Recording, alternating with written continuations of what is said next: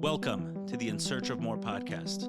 I am your host, Ellie Nash. Join me weekly on my quest for more from myself and more from this world. We'll see you on the other side. All right, welcome.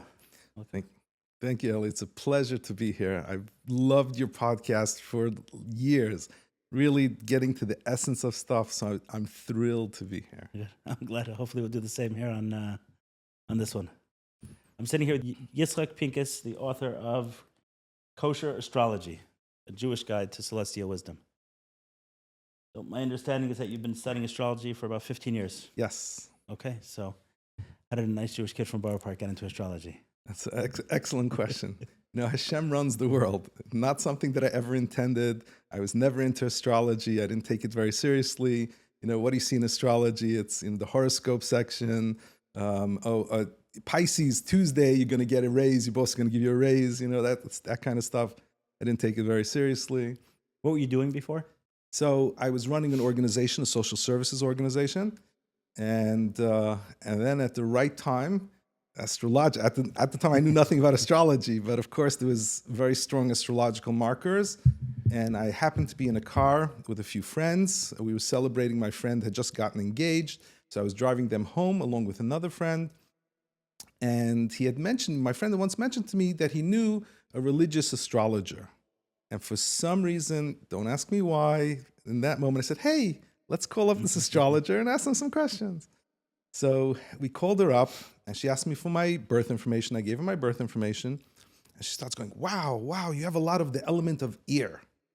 And I go, are you a rabbi, a professor, a writer, a scholar? Okay, I'm not a rabbi or professor, but yes, I love to study, and I love to write, and I felt like, okay, that described me. And then she described my friend with a lot of earth, element of earth. More grounded, more practical, more materialistic, and he was a school principal, and he said it fit him well. And I was very taken back, because had she switched it, it wouldn't have fit at all. I'm not earth, and he's not air, and yet it described me really well. That was enough to pique my curiosity. And I was like, wow, what's going on here? Is this real?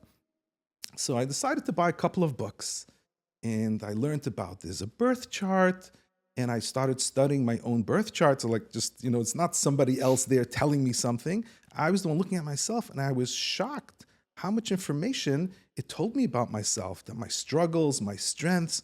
I couldn't believe it. It's so much information. And then I checked, is it just me? I checked my friends and family, and it carried so much information. I was like, what's going on here? So I ended up, I didn't know at the time, I have an astrological aspect of Mercury connected to Pluto. My communication is connected to intensity. So I ended up buying 400 books on astrology. And then when I not all at once. What? Not at all. Slowly, okay. But yeah, I couldn't stop. And then also I studied every source in Judaism. What's going on here with Judaism? Every sefer I can find, every Gemara that talks about it. And I was blown away how much information there is in Judaism about astrology. And I was like, wow. And so that began my journey. And that's why I felt so compelled to write my book, because it's such a powerful method that Hashem has given us that gives us so much information. And it's deeply, deeply tied into the Torah and Judaism. Neat. One of the things that struck me when I read your book, Gedalia Fencer introduced the book to me before you and I began communicating, was you didn't just put one or two sources, which would have been sufficient to prove the point, but you spent about a third of the book on proving the Jewish both sources and approach, right? Because it's not a carte blanche for astrology in any and all forms, which I'm sure we'll get into. But why did you feel it was necessary to go to such an extent? So there's two big misunderstandings with astrology. And the first one is that it's not kosher. It says, the first thing people quote to me is, Ein Mazel Yisrael. The Gemara in Shabbos, it says that the Jews don't have mazel. We're above the mazel. Or it says, Tamim pi el Hashem lekecha. You should be wholehearted with Hashem, seemingly implying that we shouldn't get involved in astrology. So right off the bat, that's the first thing that people know, and that's the first thing that people throw at me. So I think it's really important to understand. So I have a whole chapter on each of those explaining what it actually means, and it's not what people think. So I think it's really important just to lay out what's the confusion, the not kosher part about it. So Originally, the Rambam, Maimonides, goes into great detail. Originally, people used to worship the planets. The first thing to understand that planets were avodah zarah. They used to worship it.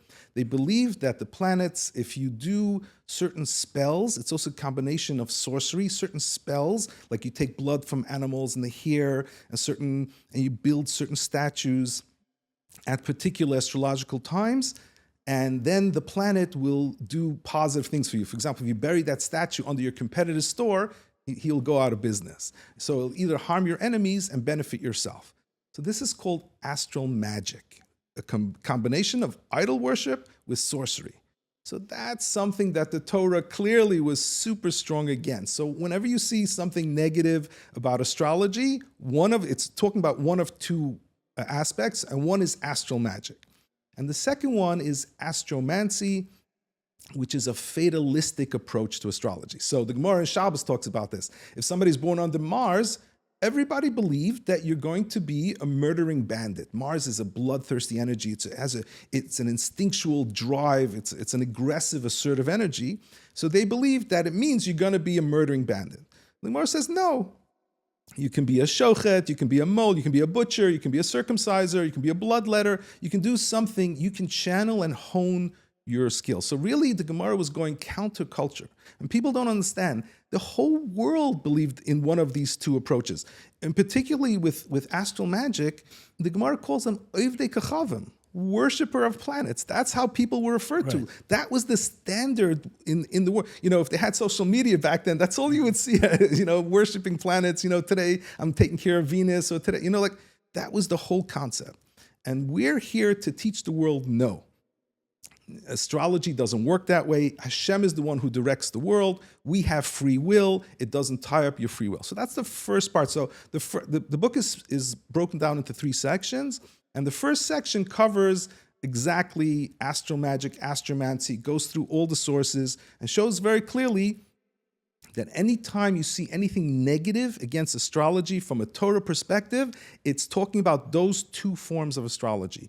Astral magic, worshiping planets with sorcery, and astromancy, a fatalistic, deterministic view of astrology. So where's the appropriate and useful perspective on astrology? So that's the not kosher version. Correct. Then there's the kosher version of astrology. And that's a very, very powerful form. So we start in the Torah in Bereshis. You don't have to look very far. In the 14th pasuk in Bereshis, it says Hashem created the sun and moon, that one of the reasons they should be for signs. And Rashi is explicit that signs means astrological signs. So the Ralbag also says that. So right off the bat, we have that Hashem created astrology in the Torah. And then the question becomes, why did Hashem create astrology? What is the purpose of it? So Bereshis Rabbah explains that every blade of grass has an astrological energy, urging it to grow. So the reason why Hashem created astrology was to help people grow, to help us grow. It's really an incredible gift from Hashem to help us in our process of growth. Now, the question would be then, if that's true, why don't Jews practice astrology? Why isn't that part of our history? So the thing is, it is. The Gemara in Bava Kama talks about Avram Avinu, the father of our nation. It says Hashem, in the Torah it says, Vashem barachas Avram bakol, that Hashem blessed Avram with everything. So the Gemara asks, my bakol, what is everything? What was he blessed with? So the Gemara explains, it's Tagninas Gedoylo Hois Beliboy Shel Avram. Great wisdom of astrology was in the heart of Avram Avinu, that all the kings from the east and west would come to his door to ask him astrological advice. Avram Avinu was a professional astrologer. He's the father of our nation. So how powerful is that? Like in terms of people. And Akedas Yitzchok Arama, who lived in the 1400s, he wrote brilliant sefer Akedas Yitzchok. And in it, he says that Avram used astrology to teach the world about God. That's the methodology of how he used to teach the world about God. So you see very, very powerfully that it's deeply involved in Judaism, in our history. So where do you think it got lost? Because to me, when I read it, I understand kind of the need for some of the sources, right? You explained it here a little bit more. But on its face, I was thinking right away about 2 things. One was Yosef, and while it was dream interpretation, it's a little different than astrology. It's still in the mystical. the abstract, which is a very important part of the story. And the second was in Egypt, in Mitzrayim, there seemed to be some sort of war going on between Pari's astrologers and whatever Moshe and Aaron were able to do. And my understanding is they were astrologists, right? That's what they operated with. Yes, but they practiced astromancy. Why? They predicted that they see that there's going to be a leader who's going to have a problem with water, so that's why they try to drown all the male babies, right? And so they were right about the water, but they tried to make a fatalistic prediction about it. Or the same thing. But they were right. But they're right about the overall. And this is the key thing, because astrology you can never know a specific with astrology. You can get an overall sense of something. So for example, they saw Riki Ra, that because twice the Egyptians, they saw that the planet Ra, there was a negative planet for the Jews, and they saw blood in the desert. So they were right about that, but it was blood of bris milah, not of death. So again, it can't be fatalistic. When you make a specific predictions, in the Gemara's time, there was a nation of Chaldeans who were famous for being astrologers. And one Chaldean went over to Rabbi Akiva, the famous Rabbi Akiva, and told him, your daughter's going to die on the day of your wedding. That's how they practice astrology. It was very fatalistic. Rabbi Akiva's daughter didn't die. She did tzedakah, It's not fatalistic. And so all these people were using it wrong. But they did have some skills for the general sense, but not the specifics. Right. I guess there are two types of criticisms that can come at you for what you do. One is it's ridiculous, or it's not true, which clearly from the story that we just spoke about in Egypt, it's clear that there's a truth to it. That's number one. And the second is it Jewish or not? Is it okay to work with these forces? The Gemara in Shabbos 75a, mitzvah lachshav tekivas mazalas. It's a mitzvah to calculate astrology. So now the Rambam, Maimonides, says it's talking about astronomy. We'll talk about the Rambam in a second. Everybody else says it's talking about astrology. Rashi there, Beferish, directly says it's talking about astrology. Rav Ram Bar Chia says it's talking about astrology. The Ran says it's talking about astrology, and he explains why. Why is it a mitzvah to know astrology? Because one, by recognizing astrology, you recognize the greatness of Hashem. An astrologer can see the amazing miracles that Hashem does, and I'm testifying to that. Absolutely, you can see. I've been blown away seeing how Hashem is running the world, how everything is all part of the system, allowing free will and also creating special times for growth and major events in our lives. Just wild to see that. So absolutely, it creates a deep appreciation for Hashem. That's one. And the second thing is also to know how to respond to an apikoros and to a magish, to somebody who using it falsely. The people who were idol worshipping, or the people who were predicting things specifically, explain to them how they're wrong and what they got wrong, because they believed, again, the whole world believed this. This was all counterculture. So we're here in Judaism, and the Gemara even says, this is our wisdom before the nations. The Gemara asks, what is this wisdom? Making the kivas and mazalas, knowing astrology. Why? Because the whole world is misled and misunderstanding, and we have the wisdom to understand that it's Hashem running it, and it doesn't remove your free will. And that's a huge key into understanding life. So how do you explain how it not only got stripped out of Judaism, but Judaism also became defensive towards it? So that's why I love studying. I love that we have history, and I love that we have Sfarim. It's every other sefer talks about astrology across the board. The vast majority of Rishonim and Achronim fully believed in astrology. The Ramchal says astrology is how Hashem directs the world. The Ramah wrote a sefer called Torah Sa'olah. Ramah is the one we paskin Shulchan Aruch according to the Ramah. He's one of the greatest halachic decisors in the last 500 years. He wrote a sefer called Torah Sa'olah, and he shows that all the parts of the Beis HaMikdash, how it was formed, was connected to astrology. So for example, the menorah had 7 branches connected to 7 planets. The Shilchan Lechem Apanim, the 12 showbreads that we did every day, was for the 12 zodiac signs. The sounds that we used to blow with the shofar was connected to each planet. The cubic feet between things. This is going to save. This is Ramah. So we had the Ibn Ezra, one of the greatest commentators on the Torah. He was a professional astrologer. He wrote 14 books on astrology. So if we look through history, you will see it's deeply tied in Judaism. Like you have hundreds of people who very strongly talk about it. Morale of Prague says that this is something that you should learn. You should know how to do this for yourself. The Vilna Gaon says, Chanech lanara pi darkoi, raise each child according to his way, according to his astrological chart. That's what Vilna Gaon says. So where did we... So the thing is with astrology, it's complex, right? You have to study, you have to know math. Well, today we have computers, thank God, because I wouldn't be an astrologer without it. But back in the day, it took tremendous amount of time and effort, and you had to have the skill to do it. Now, we've been persecuted for thousands of years. So if you look at the times when we were more peaceful, for example, the early time in Spain, not before it got really bad, in the early times, it was rampant astrology. In Spain, all the rabbis were practicing, were talking about it. So I feel like the more when we had issues and being persecuted, it wasn't our first priority, Like it was only once we're settled someplace and we have a sense of safety that we can really get back into it. But it's deeply tied throughout. I would call it part of our Masorah. Astrology is part of our Masorah, part of our heritage. So let's go to a different two parts of astrology. One is the concept of it, right? That there's astrological signs and planets and the sun and the moon. And the other are the specifics, say like the 12 zodiac signs and exactly what they are, and the planets and exactly what they are. Is that also Jewish? All of those details you can find within? Yes. So it starts with Sefer Yetzirah. In Sefer Yetzirah, it talks about the 7 planets. It talks about the 12 zodiac signs. There's Bresa de Mazolas, Shmuel. Many believe Shmuel wrote it. It goes into details, and in all the Svarim, they specifically, the Ramban, Nachmanides writes, it says in Tehillim, Moine mispa lakachavim, Hashem counts the number of stars, Lechilam b'shemes yikra, he calls all of them by name.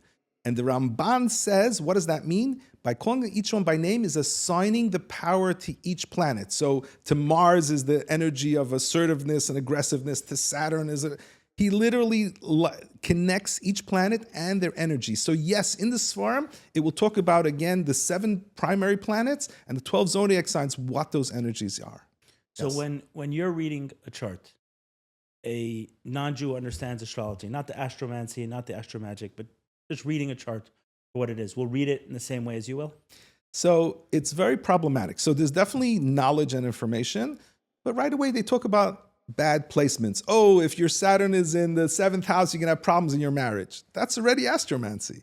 There's no such thing as a bad placement. Now, there are areas where you might have to work through first in order to achieve it. So any great achievement will come through hard work. So yes, I can see a chart. I can see where somebody might have struggled, but that's not the purpose of the chart. The struggle is to get you into becoming this Olympic athlete, really work out your stuff, and then you're more capable than anybody else because you worked through it. So my issue is when the minute they talk about it's a bad placement or it's called a malefic, a negative planet, it's not Jewish astrology. But in terms of the concepts, the different signs, it's pretty much the same. Yes, it's pretty much the same. Yes, and in fact, they all talk about it. Ibn Ezra, they generally, the Rambachia, that there's no difference outside of the philosophical. There's no difference in terms of the meaning. They all agree what Saturn means, for example. Yeah. They all talk about that there's no difference between the two. Yeah. Fascinating. And so let's take the sun, I kind of understand, right? The Earth is revolving around the sun, and at different placements, there's a different zodiac sign. The moon, I guess, the same based on its rotation, obviously on a different cycle, on the monthly cycle instead of the annual cycle. What about the planets? Are we talking about somewhere physical in the universe that the planet is at the time someone is born? So it's the same. This is the same notion, right? So we have this ecliptic where we have the 12 zodiac signs. So it's the same thing. We're Saturn. So Saturn, the only difference is Saturn takes 29 and a half years to make a full circle. So the question is, when you were born, where was Saturn in that moment? It's like we're taking a snapshot of the solar system the moment that you're born. But it's the actual placement of planets. Yeah. So Saturn in the ecliptic was in Cancer at that time, and a very specific place. It's at 4 degrees of Cancer. It's very, very specific of where it is. Yes. And those are differences. Let's say it's a 4 degrees of Cancer, a 10 degrees of Cancer. That's Well, because we're going to talk about in the chart, because there are planets that connect with each other. So something that's at 4 degrees of Cancer and something that's at 4 degrees of Capricorn, it's called an opposition. That means they're affecting and connecting to each other. So it's really important to know, not just in Cancer, where specifically, precisely where it is, in order to make these mathematical calculations. And once someone understands all of these mathematical calculations and what they each represent, can anyone do what you're doing? Or is there some intuitiveness, or it's just mathematics? So absolutely anybody can do it. The only thing is, when you're looking at a chart, you're looking at a human being. You're looking at the growth of a human being. So the only thing I would say, outside of the facts of astrology, you also have to understand the human growth process. So I think it's very helpful to be psychologically minded to understand the human growth process. So I think that's a huge piece, not just of the factual things. Saturn means this. What does that mean for a human being? How does that process work? Check in, where are they now? So you have to understand human development too. So offline, you refer to yourself as an ambassador for this. As part of that ambassador, do you want to teach others to that ambassadorship? You want to teach others to read as well? Yes. So I'm hoping next month, I'm taking off August, so I can create classes to teach people how to become an astrologer. I believe, I'm not a gatekeeper. I want everybody to be able to read their own chart, read other people's chart. This is such a helpful thing to know your children's chart, understand the impact that you're having on other people. It's such a powerful tool and gift from Hashem. I feel like everybody, it's a mitzvah, lachshat kiz mazalos. Everybody needs to understand and do it. That's my belief. And so I want everybody to learn. Absolutely. Got it. Okay, that's neat. I'm curious to see, well, there were two things. Number one, when I got your book, so I went to your site to see if I can order a reading, I noticed that it's fairly far out. Right? In order to get a reading from you, you have a wait list, and it might be longer now than it was when I was reading the book. So I guess it's important if this is a helpful tool, which we'll get into. Well, you pulled up my chart, so yes. Do that. I also want to tell you a cool story. Okay. So I had a daughter who was born in February, and leading up to it, my wife and I both come from 9, but my family has been quite prolific. My siblings, we have many nieces and nephews, and hers less so. So it's kind of been, if there's a child, she's wanted naming rights. And for the most part, I haven't pushed back too much, except it was one, my third child, my second son. I had several dreams leading up to his birth, so I got involved a little bit in it. But other than that, I've kind of stayed out. With my daughter, there was a name that kept coming to me, but I was kind of like pushing it out. Like, should I go for it? I was learning Talmud Torah, because at the House of Moore, there was a Torah that was dedicated to the house. And the Torah happened to be, it was commissioned years ago, and it was written for the Ramak. So I wondered, is it just an accident that a Torah that was written for the Ramak ended up at the House of Moore? And his most accessible sefer, and the one that I found translated the most, is Talmud Torah. So I started learning it, and it's quite interesting, and I think it does connect to the House of Moore. So the name Devorah was in my head, but it wasn't on my wife's list. And leading up to my daughter being born, she said to me, like, we really have to have this discussion. And I kept pushing it off because on the one hand, I had this voice in my head saying Dvorah. On the other hand, I knew that she wasn't on board with this name. Anyway, one Shabbos morning, it was 2 days after I got your book, she says, we really have to have this conversation. I'm due this week. So I said as a joke, I said, maybe this book will help us with the naming. And I flipped open page 218. I flipped open to 218. Okay. And on 218, I'll show it to you. Oh my God, that's right. I'll pull open 218. So on it, you did 3 different charts here. I think it was President Trump, President Biden. Yes. And then this fictional woman named Dvorah. Yes. So when I flipped it open to 218, one of the things that it said over here is likely to lead to the most transformative experience of Dvorah's lifetime. So when I opened the book, I started laughing. I said, my life is crazy. I said, Fred, the name that I have in my head, my wife is right. I said, the name that I have in my head is kind of on this page. Wow. So I showed it to her, and she's like, no, not Dvorah, it's not. And it opened the conversation. Eventually, my daughter's name is Avia Chana Dvorah. Oh, wow. So, yeah, wow. so it ended up being That's wild. being her That's name. Wild. So this book has a a special place in our family history. Wow. Wow. That's wild. So I wanted to say that. And then I guess we can go to The charts? the chart. Okay. You want to start? Yeah, let's start with this chart because it's very confusing what astrology is. So, yes. So first thing to understand is that there are 5 planets. So there's many planets. I would call it 12 or 13 in the birth chart overall. But the most important are the 5 personal planets. That's the Sun, the Moon, Mercury, Venus, and Mars. Because these are directly connected to us. These are how humans function. Each one represents a different part of our functioning. The Sun, the Moon, Mercury, Venus, and Mars. the one that's most commonly attributed. It's the to someone's 5 birthday to Sun. Yes, Like when it yes. says Your your- birthday is this. That's where the sun was. Yes, if you're known that you're a Gemini, then that's because when you were born, your sun was in Gemini. But it's not telling you where your moon was, where your Mercury was, where your Venus, and that's really important as we go through this chart to understand. Is the what Sun those- the most important? Or is there a reason why that's? So yes and no, but it's not. It's. Let's go through this chart and I'll explain what it is. Really, you'll get through what it is. So. So let's start at the bottom of the chart. So this is in my book, page 173 in my book. So the bottom of the chart is the sun. The sun represents your core self, your essence, your identity. Who are you? What's your tafkid? What are you here to do?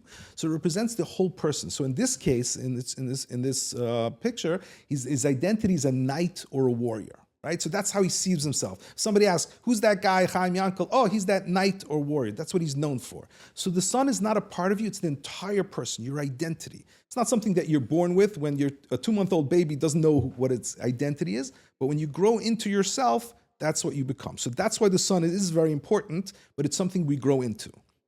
Then there's all these other planets, Moon, Mercury, Venus, and Mars. Let's start with Mars in red. So Mars represents your instinct, your action, your drive, your energy. So in this case, it represents the sword and hands and legs. Because being a great swordsman has nothing to do with your intellect. It's all instinctual, hand-to-eye coordination, your leg movement, and that's represented by Mars. So the planet Mars represents the instinctual side of you. Okay, and its purpose is to fulfill the purpose of the sun. So by being a great swordsman, you're being a great warrior. So Mars is doing its part from its skill set. Then on the other side, we have the moon. And the moon represents your emotions, your feelings, your likes and dislikes. It represents your heart. So the question in this case would be, is he a brave warrior? Is he a courageous warrior? Because if he's full of fear, I don't care, he can be the best swordsman in the world. If he's full of fear, he's not going to make a very good warrior. So the moon, the emotions, has to play its part, again, in serving the purpose of the sun. And then we have, on the top is the brain. Mercury and Venus is the left brain and right brain. Let's start with Mercury in purple, represents left brain. It's the intellect. It's the logical and linear side of us. So in this case, for example, let's say he's a great strategist. He knows how to set up the troops, how to set up an ambush. So he's using his intellect to serve the purpose of the identity of being a great warrior. And Mercury also represents communication, the mouth. So if he gets into trouble, he knows how to talk himself out of trouble, or he knows how to negotiate treaties. So again, that's using a particular side, it's the left brain, the intellect, communication, in order to serve the purpose of the sun. Communication is associated with left brain Yes, thinking? yes. So that's left brain. Well, the left brain and right brain do have some interchange because they work together, and it's a very fascinating topic. I've studied that quite extensively, and it's fascinating. But a lot of when you meet people who are very scientific minded, if something hasn't been proven scientifically, they're very left brain. They aren't accessing their right brain, because the right brain is the intuitive and creative side. It's kind of like chachma and bina. The right brain is bina, and that's chachma. So that's very logical and linear, but this is going the next level is the right brain is being able to be in tune with something greater than that. So it includes Mercury. So Venus is intuitive and creative side, and it's about the things that it's also your artistic sensibilities. It's very broad, the right brain. So it's also the things that you're passionate about and your values. What's important to you in life?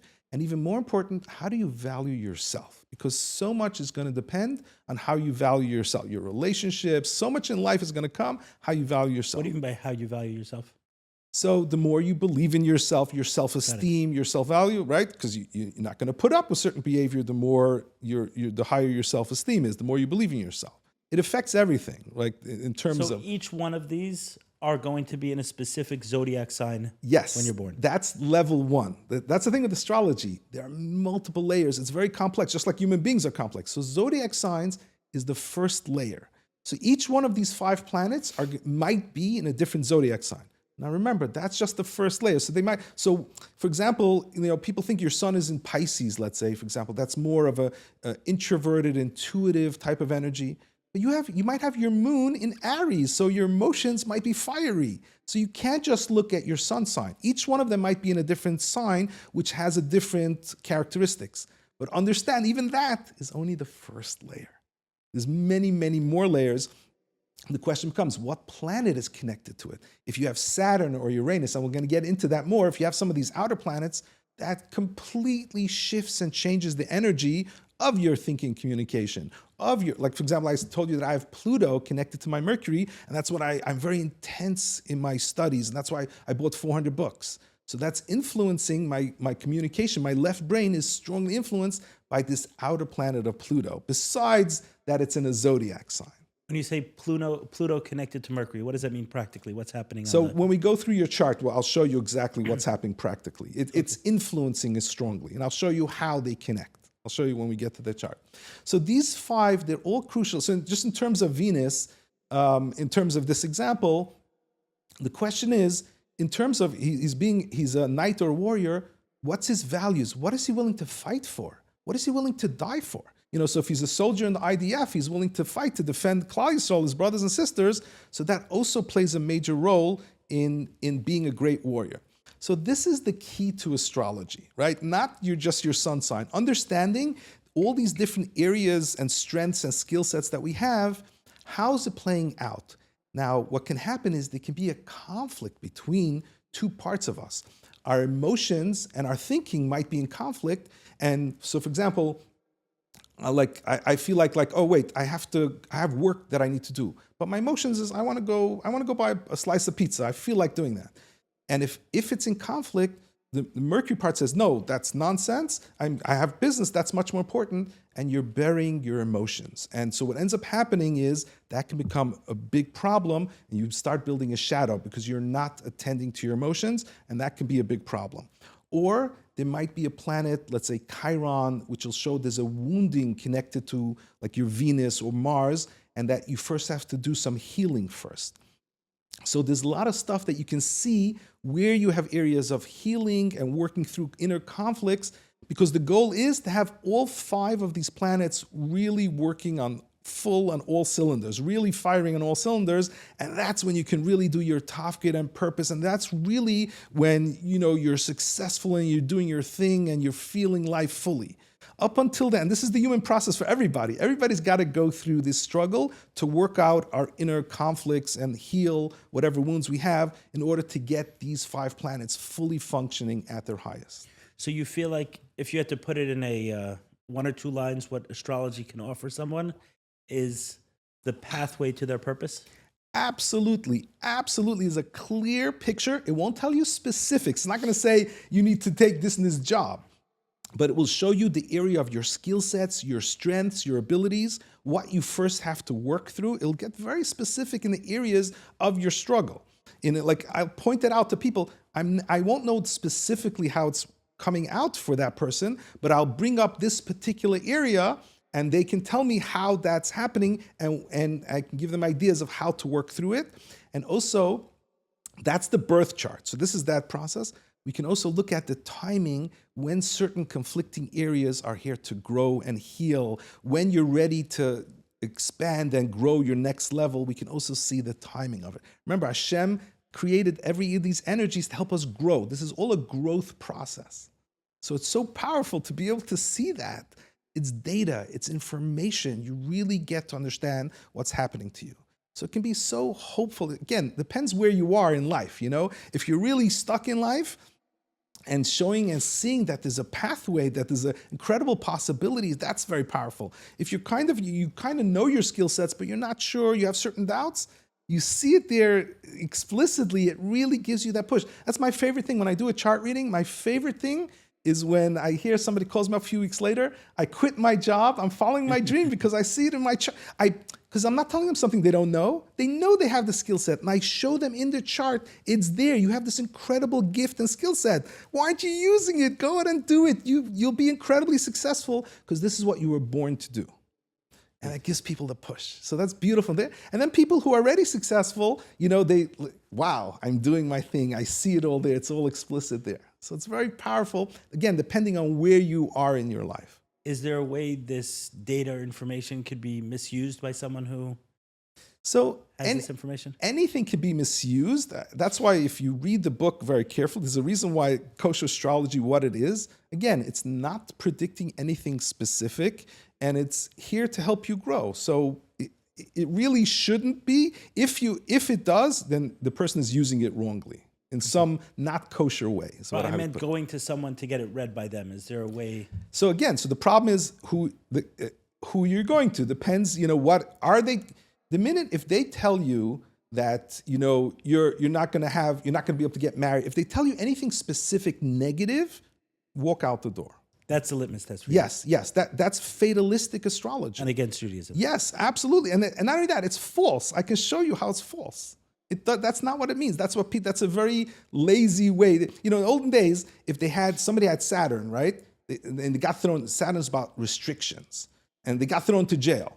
So everybody went around saying Saturn means you're getting thrown to jail. But that's not what it means. Saturn does mean restrictions and discipline. And there are 100 ways it can play out. So whenever somebody makes it specifically, they're missing the picture.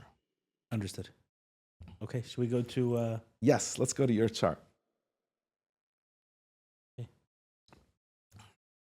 Okay.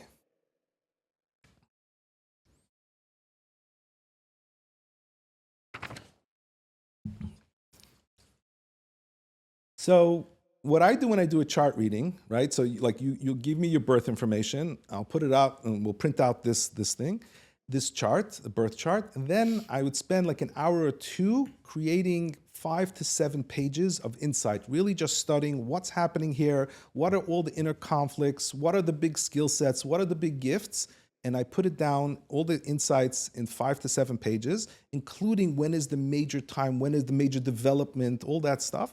And then I would talk to you on the phone for an hour going through all of that information.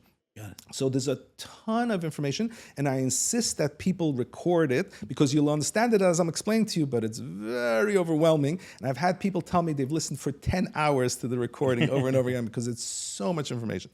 So we're not going to be able to do all that. Well, this one's recorded. Okay, so, excellent. But we're just going to go through a couple of big highlights. There's a lot more in this chart. There's a lot going on, but I'm going to go through some of the very big highlights. So the first thing, okay, so let's, just in order to know, because what I do is I go through people this chart, they should be able to read the chart for themselves. So let's go a few minutes, just the technical stuff. So you see in the inner circle, the numbers 1 through 12. Yes. Right? So that's how I'm going to point you where to look at in this chart. Those are the houses, but we're not really going to talk about that because there's way too much to cover. So let's say if I say, look at the third house, right? So you look at number 3, and there are 3 things in the third house. The middle one, that round circle with a dot in it, that's the sun. And the thing is, you don't have to memorize planets. Look at Why do you say there's 3 things? There's 7, no? In box number 3, there's 3 things. There's the black moon, the sun, and there's the headphones. Okay. What do you see? The stuff on top, like the circle with the Mickey Mouse ears? Oh, right. Well, I'll get to that in a second. I'll get to the Mickey Mouse ears in a second.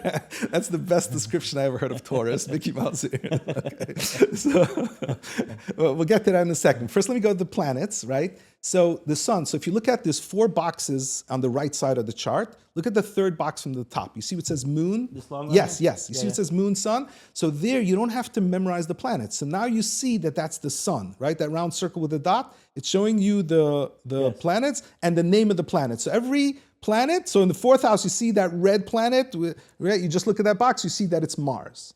So right away, you don't have to memorize, you see the name of the planet, right? So the planet being... Oh, in the 4th. The symbol, right? The 4th house, that red symbol, that's arrow, Mars. yeah. Okay, Right. Looks like an arrow. That's, you see over there. It's Mars. Yes. I like that it's color, so you can look at red, so it's easier to spot it. So right off the bat, now you know every planet, what it is in this chart. That's step 1. let's go back to the sun in the third house. There's a number 4. We'll talk about that in a second. On top of that is the 4 degrees. The 4 degrees, yes. But I want to explain in a second. So, and on top of that, the Mickey Mouse ears, that's the zodiac signs. Look at the second box from the top.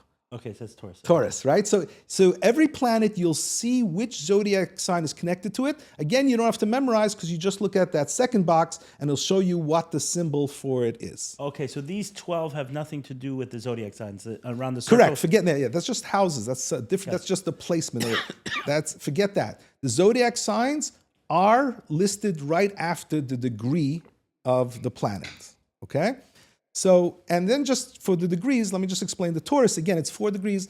Every zodiac sign has 30 degrees. It starts from 0, 0, it goes to 2959 of that degree. So, for example, your Taurus, look at Taurus in the third house, it's at 4 degrees. When you were born, it was literally at 4 days after Taurus started when you were born. Yeah. And so it's at 4 degrees. Look in the fourth house, Mars, you see is at 28 degrees of Taurus. It's all the way it's still within Taurus, but it's all the way at the end of Taurus. So this gives us a precise location for every planet. So right now, because I always say, the chart, when people look at it. Should you explain the houses a little bit? Because I'm a little confused by that. Okay, so honestly, there's just too much information.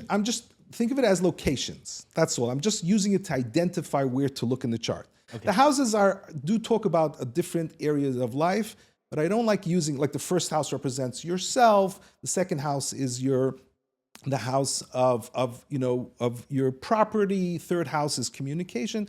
But I don't like it so much because it's very dependent on time of birth. And so if people get the time of birth wrong, then the housing system is off. Everything else, even if you're off by a little bit, is still going to be accurate. But the houses are very, very tied to time of birth. So I don't emphasize it too much. It's not that important. I mean, the thing to understand with astrology is there's hundreds of things in astrology. You can drive yourself crazy. So what I try to do is just filter, the wheat from the chaff. Like just really get down to the heart. What's the most important parts? And that's what I focus on. So I don't focus on ascendings, and I don't focus on houses. There is something to it. They're important too, but these other things I talk about is way more important. And there's just a limited time to tackle things. Okay, so I'm just using the housing system just to identify where you should look right now to point to things. Okay, so right now, this chart is not Chinese anymore. You know all the planets, what they are. You know all the degrees, what they are. And you know all the zodiac signs, what they are, right? You can just look at the sides, you see everything. Now, it's really important to understand in astrology, a huge key is how planets connect to each other. So that's the top box all the way on the right side where it says conjunction. These are called aspects. A conjunction means that the two planets are next to each other and they're blending their energies. So for example, if you look at the second house, you see you have Venus and Mercury. Venus is at 6 degrees of Aries and Mercury is at 8 degrees of Aries. Because they're next to each other, they're blending their energies. I'll get into what that means in a second. I first want to show you the process of how one planet can influence another planet. And you're saying blending because 6 is really close to 8? Right. So as long as there's something called an orb, as long as it's within 10 degrees. Got it. And so the closer it is, the stronger it is. So 2 degrees is very strong. Anything under 5 degrees is pretty strong, but 2 degrees, 1 degree is really strong. But as long as they're within 10 degrees, they're still influencing. Once they're 12, 13 degrees, we don't look at it anymore. Okay? So that's the conjunction, means they're next to each other. The next one is an opposition. Opposition is 180 degrees, right? Because this is a 360 wheel. So look in the third house, your sun is at 4 degrees of Taurus. If you drew a line from your sun straight up to the 9th house, you have Pluto. Pluto looks like he's holding his hands up, right? So that's at 3 degrees. So that's called an opposition. So that means the energy of Pluto is very strongly influencing your sun. Again, we'll get to exactly what that means. Okay, so that's just how they're connecting and influencing each other. Then let's go up to the box. We'll skip the trine for a second. We'll go to the square. And let's see a good square. Yes. So look at your square is a 90-degree angle, right? It's like this. It's the edge of the box, right? And so if you look at the second house, you see Venus is at 6 degrees. Yes. If you drew a line from that 6 degrees to the middle of the circle and then kind of make a turn up to the 11th house to Neptune. Neptune looks like that green pitchfork. Yes. So that's a 90-degree angle. That means the energy of Neptune is very strongly influencing your Venus. So again, I'm showing you these And three. why not the Mercury? Mercury too, yes. Okay. It's both. It's both. It's tighter with your Venus. It's 3 degrees with your Venus. It's 5 degrees with your, but yes, both. We're going to definitely talk about that. That's a very powerful aspect that you have.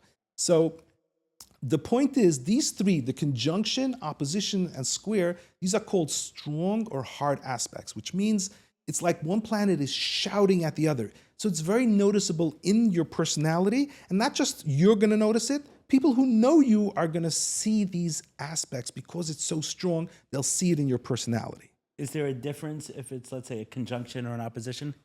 There is slight differences, but pretty much the same. For our purposes, yeah, there means one is strongly influencing the other. Got it. Then there's two more in blue. You see the trine and the sextile in the top right corner. These are 120 degrees and 60 degrees. These are soft or gentle aspects, which means the energy is still there, still very important, but it's more subtler. Think of it, they're whispering to each other. So you'll feel it, but maybe other people might not notice it. It's not as strong, but it's still a very important part. And the last one, the quincunx, is a minor aspect. I don't look at that. So basically, there's two types: strong and hard, which is the conjunction, opposition, square, and the soft and gentle, which is the trine and the sextile. Okay, these are how planets influence each other. Okay, so now, and here's a little cheat sheet. You see this grid over here in the lower left corner? It shows you where planets are connecting. So you don't have to guess. So for example, if you look at the top, you see the moon. You take one step down to the right is the sun. Then you count 1, 2, 3, 4, 5, 6, 7, 8 boxes down, and you'll see it's showing you the symbol for opposition to Pluto, right? And we just showed in the third house, the opposition is that like a red, looks like infinity symbol, like a red infinity symbol. Okay, yeah, I see right? that. Right here, right? Yeah, you see that, right? So again, if you don't recognize the symbols, just look at that top box. It'll tell you what it is. And it's showing you between Sun and Pluto in opposition. Look at the third house. I showed you before, right? Where in the third house, the sun is at 4 degrees, and the ninth house, Pluto is at 3 degrees. It's an opposition. So you can see it here. This will tell you all the connections in your chart. Now, there's a lot of connections. Not all the connections are as important as others. Some are way more important than others. But at least you can see everything here for yourself. This is really important. And the reason why I do this, I don't want people to think that I'm telling you something based on knowing your life or my intuition, or people are like, I'm trying to figure you out. I will show you everything that I say based on your chart, based on here exactly what it is. And this determination that you make that some things are more important than the others, is that, like, for example, houses not being so important, is that accepted? No. So this is my personal experience of 15 years of doing it. Some other astrologer might say, oh, houses are super important. Honestly, with everything that I do, I just like going way deeper. And I find that astrologers don't go as deep as I do. And so they're talking about things that is more popular, people like to talk about, but I find there's way more important things. And sometimes I'm shocked that other astrologers aren't talking about the things that I talk about. So I just find that I get to the heart of a person. I want to get into your kishkis. I want to know who you are, what you're here to do, what are your essential stuff, not the overall fluffy kind of stuff. Okay, so what do you see? Okay, so this is just how it operates. So let's talk about it. So first thing, let's talk about what Sun-Pluto, right? You see the opposition between Sun and Pluto. So what's Pluto? Pluto is all about transformation. It's death and rebirth. It's the phoenix rising from the ashes. It's the caterpillar growing into the butterfly. If you tell a caterpillar that it can fly, it looks at you like you're crazy. I need 28 legs just to walk. I've never flown in my life. Why are you telling me I can fly? But it goes through a process, not an easy one. It turns into a chrysalis, its body liquefies, and when it emerges as a butterfly that can fly. It can do things way beyond what it ever imagined. So this is a huge part of your chart. Your identity is here to go through transformations. So that's a very powerful part. Pluto is all about empowerment. So you're here to really bring out your power and go through these transformations in your life. Not just one or two. Correct. This is now, as you go through transformations, it gets kind of, because when we're younger, it's much more difficult. We don't have the tools, we don't have the knowledge. And as we go through, because life is like a spiral. No, it's not stopping. You may have gone through some very big transformations in your life, right? But that's the thing. And you've learned, because that's a big thing, is always to learn the methods and healing and all this process. So then as you're encountering next level, it doesn't have to be as difficult. It doesn't have to be, but you're here to go through transformations. And I talk about in the book, Yaakov Avinu, he had Esav was chasing him to kill him. The Torah says that he split his family into two machnas, into two camps. So just in case Esav kills one, the other survives. This is a pretty dark time in Yaakov's life, right? It's a very dark time. And then what does the Torah say? That one night that he went out in the field and he was wrestling with an ish. And they explained that the ish was a malach, an angel. And it was a very difficult battle because the angel injured him. He injured his hip socket. That's why we don't need to gid hanasha. But in the end, he won the battle. And the morning he told the angel, give me a blessing. And what did the angel tell him? No longer will you be called Yaakov. No longer are you your old self. You're now transforming into Yisrael, the father of the Jewish people. There's an incredible empowerment of what you're here to become. You're going through a dark night of the soul, and you're transforming into this powerhouse of a person. And then what happened? He went, what does it say? He met with Esav. There was no killing. There's no issues. All your old problems go bye-bye because you're not the same person. You're not putting that energy into the world. So it's an incredible dark time in Yaakov's life, and it was here to transform. That's the power of Pluto. So that's something that's a big part of your life, right? So it's something that you have experienced in your life, these major transformations, and it's also something to continue on, and I'm going to go through different timing when you'll have also very powerful transformations to get you to the next level. Of wherever you have achieved now, this is always next levels of this. So in this case, because it's like almost in perfect opposition, 3 degrees and 4 degrees, it's very strong. Look, it's 0.40, less than 1 degree. Less than 1 degree. So that's super strong. There's no way. So that whenever I see something that's less than 1 degree, it's a huge part of that person's life, right? Is it a huge part of your life? I suppose so. Yes. My wife told me recently that, like, if you just physically, if you look at a picture of me when I was a teenager, I don't look the same. Like you won't see the resemblance between me as a teenager and me today. Wow. Yeah, that's what transformation is. And we're going to go into some of the people who've gone through it. Once we go into the transits of it, we'll talk more about it. But that's a huge piece of your chart. That's like, which means, remember that picture of that warrior, the identity? Yes. That warrior is all about transformation. That's a warrior. Your life is about going through these massive transformations and more empowerment, because ultimately Pluto is about empowerment, right? The butterfly can fly now, right? The caterpillar couldn't even have imagined that. So that's the transformative power. So that's huge first part of your chart. Then, so many, okay, so I don't know which one to get to first, but first of all, let's talk about your moon, your emotions, right here in the 5th house. You see the 5th house, yes. Number 5, right? Your moon, right, is in Gemini. So that's about information. So your emotions are connected to information. So that's why, So my sun is in Gemini. Actually, my sun is conjuncting your moon, so that's a nice connection. So I'm also a Gemini. So it's incredible curiosity about information, wanting to learn things, wanting to understand. How does it work? That's the Gemini. And then once we learn it, we want to share it and teach it to the world, right? That's a Gemini energy. So that's your moon is very strongly Gemini. And look at the opposition that you have with your moon, which is wild, okay? So right in the 5th house, you see it's at 18 degrees Gemini. And in the 11th house, that blue planet looks like a battle axe. 17. Yes, that's Uranus. And what's Uranus? Uranus is all about authenticity, independence, rebellion. Don't tell me what to do. I don't want to conform to what everybody else says. I need to be true to who I am. So most of us, we go through life, we have different opinions and beliefs, but we're worried it's going to affect the shidduchim of our children. We're worried it's going to, cancel culture. We're worried that, people will criticize it. When somebody who has Uranus very strong in their chart, they I don't care. I have to be true to who I am. I must speak my truth. I don't care about the consequences. If you don't like it, this is who I am.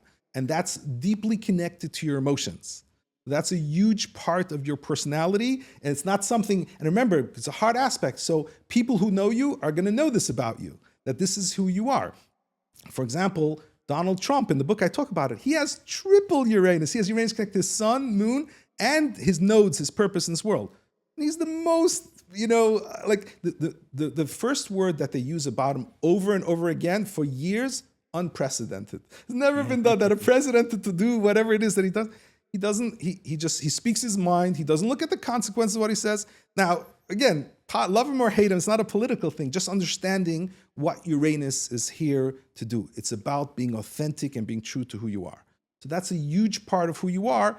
On an emotional level, nobody should be, and I tell parents, if you have a child who has Uranus moon, give them options. Don't say, go make your bed. Say, would you like to clean your closet or would you like to make your bed? Oh, I want to clean my closet. This way, you're the one that's choosing what you want rather than being told what to do. That's what Uranus. Uranus is all about being authentic and true. So, and that's there because it's in opposition to the moon. Yes. So Uranus is strong. So you don't just have a moon. You don't just have emotions. Your emotions are like clothed. The clothing it's wearing is deeply influenced with Uranus. That's part and parcel of it, right? So that's very different. So everybody has a moon, but not everybody has the very unique feature connected to the moon. And you said when Trump has it in 3 ways, it's connected to his sun, moon, and purpose. And yes, and his north node, its purpose in this world. Yes, so that's really, and you can see he's president of the United States twice, and that's, again, love him or hate him, he's having a huge effect in this aspect of him. That's what makes his presidency so unique, is the Uranus aspect of it. What's that M there? Like this one here, the M with the arrow at the end? That's Scorpio. That's zodiac sign. Remember, the one that's underneath the number is showing you your zodiac sign. So every planet has a different zodiac sign. The thing is, it's more important, the zodiac signs, for the 5 personal planets. Because your Uranus is in Sagittarius is not as important because that's an external, it's not a part of you, right? The 5 planets are a part of you. So the zodiac signs are much more important for the 5 planets, for your sun, moon. So you have a lot of Taurus. You have your sun in Mars, and north node is in Taurus. That's, grounded, steady kind of energy. But Gesundheit. But your moon is in Gemini, is very much Excuse me. Gesundheit. And your moon is in Gemini, is an air sign, so that's the intellectual curiosity type. And then your Mercury and Venus is in Aries. We'll talk about your Mercury and Venus in a second, is in the fire. So you think you're a Taurus, you're grounded, but you also have that Aries, warrior, challenge ahead type of energy, your brain. Literally your left brain and right brain is that Aries charge ahead energy. So that's why we're not one zodiac sign. It just wouldn't, Taurus doesn't cover who you are. It's a part of you. You have Sun and Mars there, so that's an important part of you, but so is Aries. So you have 2 fire signs, 2 earth signs, and 1 air sign, which is really important because it's the moon.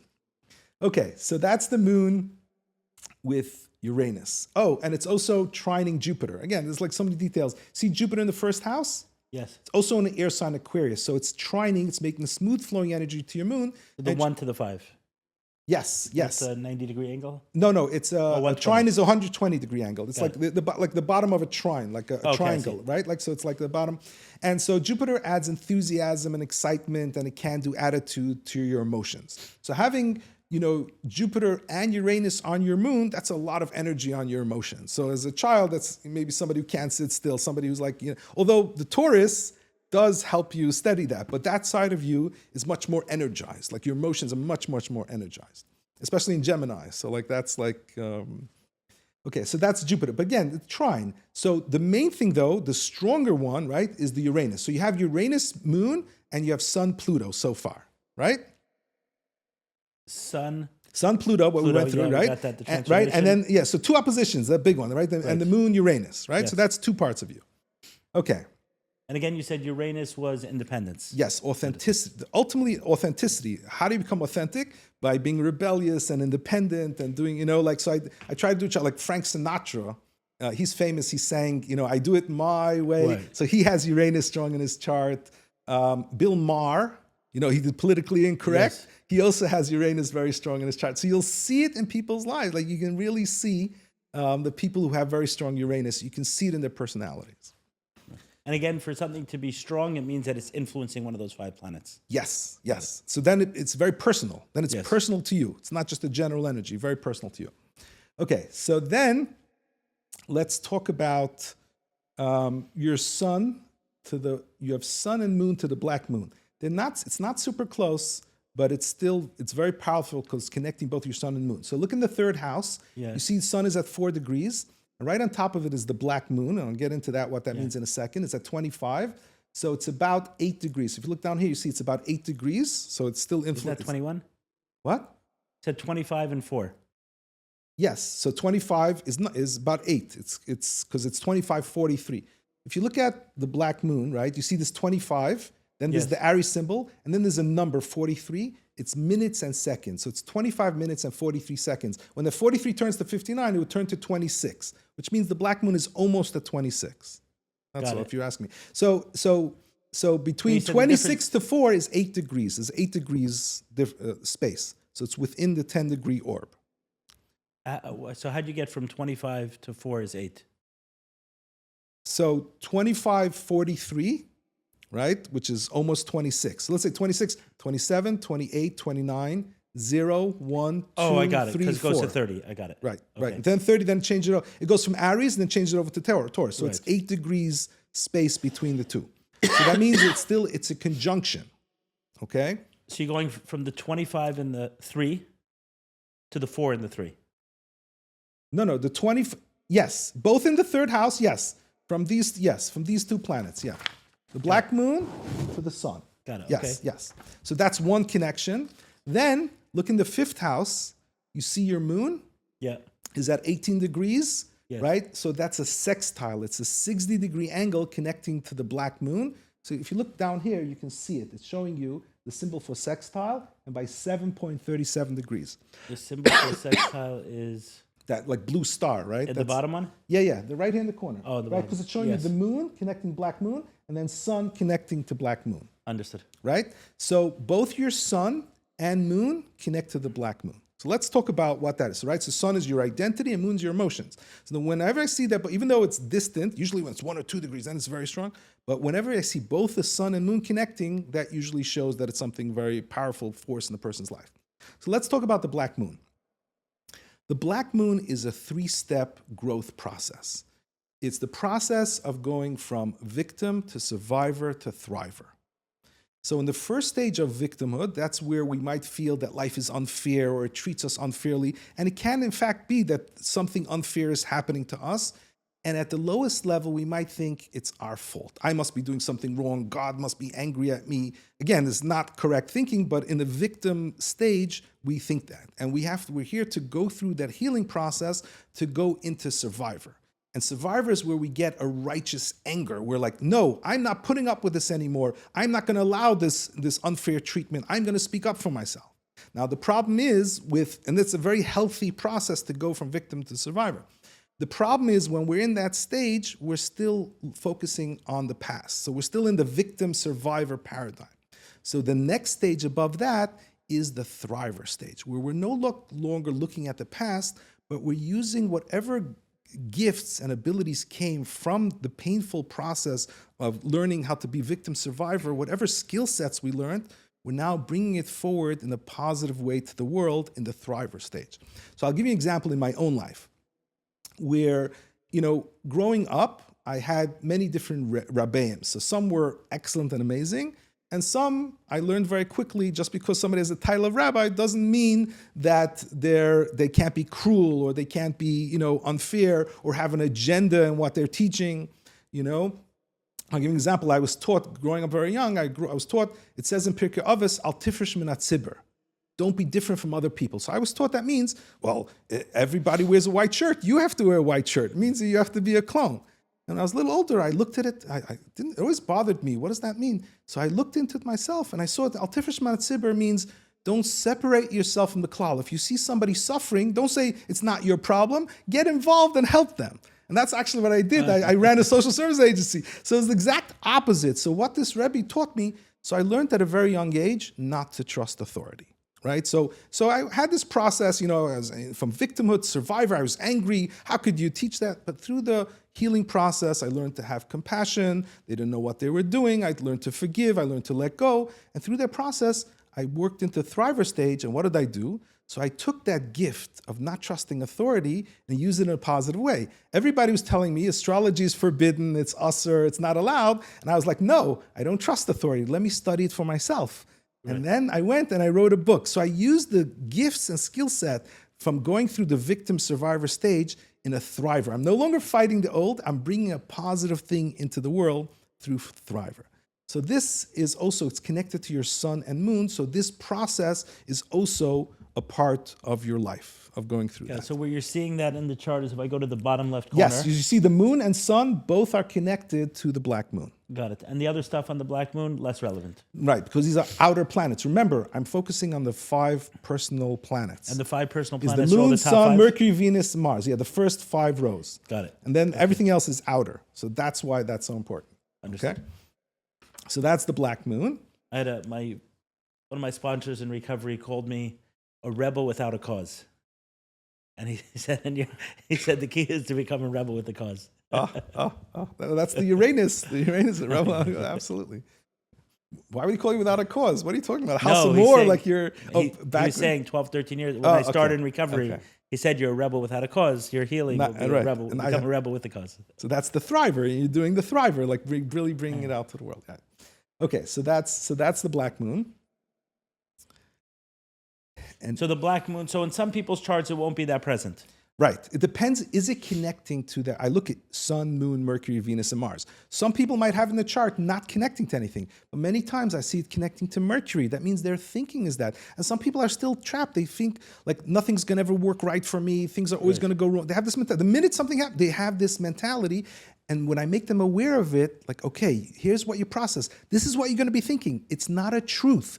When I tell people, call it out. When it comes to you and you say, oh, that's my black moon talking. I can go into survivor and thriver stage. I don't have to get stuck in the victim stage. So knowing that it's there can help bring awareness when we go through it, when it comes up. Okay, so seeing that in my chart, to you it's clear that I had to go through this feeling like a victim and then through those stages. Yes, to go through it. And possibly more than once in life. Yes, that's the thing with the chart. It's not, it's here to go through until we learn the lessons. But remember, I always say it's a spiral. Because every time we've learned lessons, many times in my life, I've gone through very similar things, but the second time is not the same like the first time. The first time is like, you don't know what's happening, is like forever changed. Wait, I recovered from the last one? Okay, that gives me hope I can recover from this. And then it's still painful, right, but it just gets easier. And also we have more tools as we grow older. We just have more tools and more abilities to really understand what's happening and deal with it.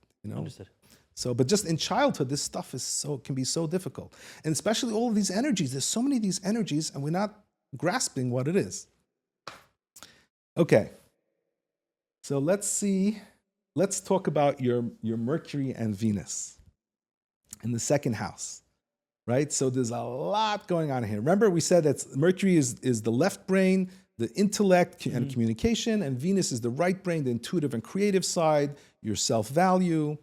Yes. So first thing, so this is one of my favorite things. I have this also in my chart. Mercury is conjuncting Venus. They're blending the energies. That means that your right brain and left brain can work well together. So so that's the 6 and the 8, right? Yes, that's a conjunction. They're almost overlapping.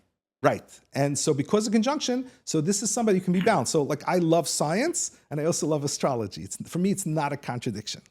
So you have that also. It's also like a common sense kind of thing because you're not stuck in either one. Like Venus can be too much, like woo-woo. If somebody's very strongly Venus, doesn't have some grounding. So having both Mercury and Venus, so for me it's like astrology. It's like, wow, I'm up to this amazing thing. I want to understand it. How does it work? What is its purpose? What is it? So that's the left brain and the right brain working together. Oh, interesting. Yeah. So I have a family member who makes fun of me. He says, like, you're very, very practical and grounded, but then you'll talk to an energy person. Right. Like you'll be right. For you, it's not a conflict because because you have it. But that person might only have a Mercury and not connected to Venus, or might be a lot of these people, they have issues and it becomes a shadow of the Venus. They're not open to this, that there's something more to life, that there's something greater than just the 1 + 1 = 2, I got it. And that would be where the Mercury is heavy. Yes. That would be a very left brain Mercury heavy type of chart. Yes. Okay. Then we have Mercury connecting to Chiron. So Chiron is in the 4th house. It's at 6 degrees. Look at that. It's in Mercury, Chiron. Yeah, it's 2.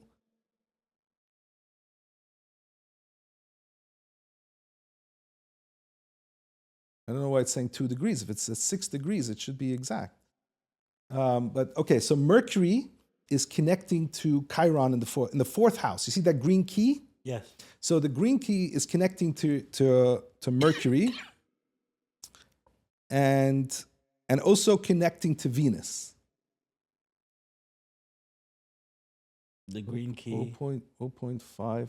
Yes, so to Venus by right. So it's actually, oh yeah, okay, I'm sorry. I mixed it up. My bad. Yes. I was looking at Mercury. So yes, see the fourth house, the green key? Yes. That's Chiron, and it's making an exact sextile to Venus in the second house, which is also at 6 degrees. So it's 0.05, like literally almost exact, right? Yeah, I see it. Right, 0.5, because they're both at 6 degrees, and it's also connecting to Mercury by 2 degrees, right? Because Mercury is 8, Right. right? So what's Chiron? Okay, so that in the small letters says 0S05. Okay, so let me tell you the S. All the letters, it either says S as separating or A as approaching. It's not important. It just means like if it's past it or it's not important. Look at the numbers. It'll tell you 2.37 is 2 degrees and 37 seconds, and 0.05, it's 0.05 seconds. So that's an exact, because you see 606 to 6. So that's exact sextile. Okay, so that's a very close aspect. And what's Chiron? Chiron is the wounded healer. That's the area in our life where we have wounding, and through the process of trying to heal ourselves, we then gain expertise in this process, and we're then able to help heal others. So that's a huge part of your Mercury and Venus connected to Chiron. So the fact that it's influencing the Mercury and Venus, which is the brain, what does that mean? So that part, your whole thinking, also Venus is your self-value, right? So the process of really learning to value yourself, and so that there's a wounding there, and through the process of healing that, you're then able to help heal others with it. And that's exact, it's 0.05. It's the closest aspect in your chart, that wounding on your self-value. The closest aspect. So that's a very powerful part of who you are and what you're here to do. So if you see that, if you saw that in my chart when I was a child, what would you interpret from that? So that there is some type of wounding. So all I know is that. So I don't know the details. So right. I would talk to the person. Have you experienced this? Is this something that you're going through? Is there some way? How do you feel about yourself? How do you talk about yourself? I'd ask the parents. How does he talk about himself? How does he feel about himself? But that the wounding would specifically attack self-value. Yes, it's on your Venus. So yes, that's the core of Venus is your self-value. And again, so understand, so even as painful as that is, there's a purpose there. The purpose is to gain incredible healing on the self-value in order to be able to teach others. So that's a very powerful process that we're here to go through. Understood. Meaning if Chiron was, let's say, on the sun. That's also this. So in the book I talk about Biden. He has triple Chiron. He has it on his sun, his moon. He has it on his Venus and his North Node. He actually has quadruple Chiron. And he went through, a lot of people don't know, that he went through when he became a senator when he was 28. And literally that year when he became a senator, one of the youngest senators ever, his wife and child were in a car accident. His wife died. His 13-month-old daughter died. And he had 2 other boys. Both were injured, but they survived.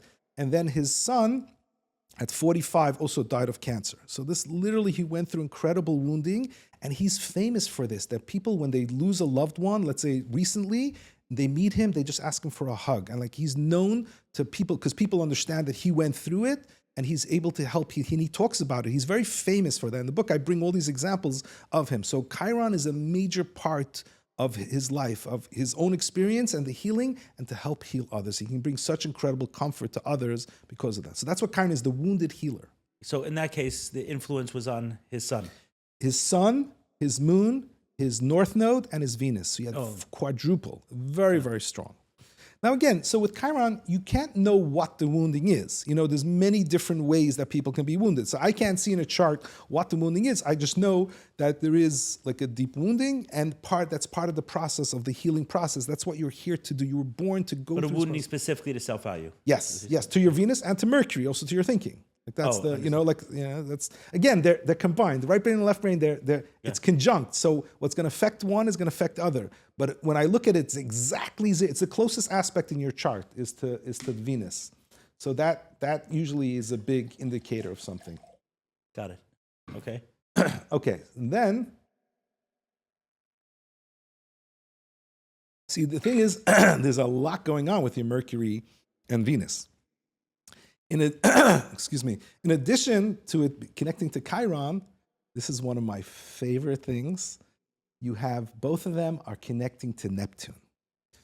So look at Neptune in the 11th house, looks like a green pitchfork, Yes. right? So if you look down here, you see it's squaring Venus by 2 degrees and Mercury by 5 degrees. And the sun. Yes, I didn't want to bring it up before because I want to talk about it now because when I explain, and your sun is trining Neptune. So I love this, all three. So think about it. Your identity is connecting to Neptune and your brain, your left brain and right brain is very powerfully connected to Neptune. So what's Neptune? Neptune is all about elevation and transcendence.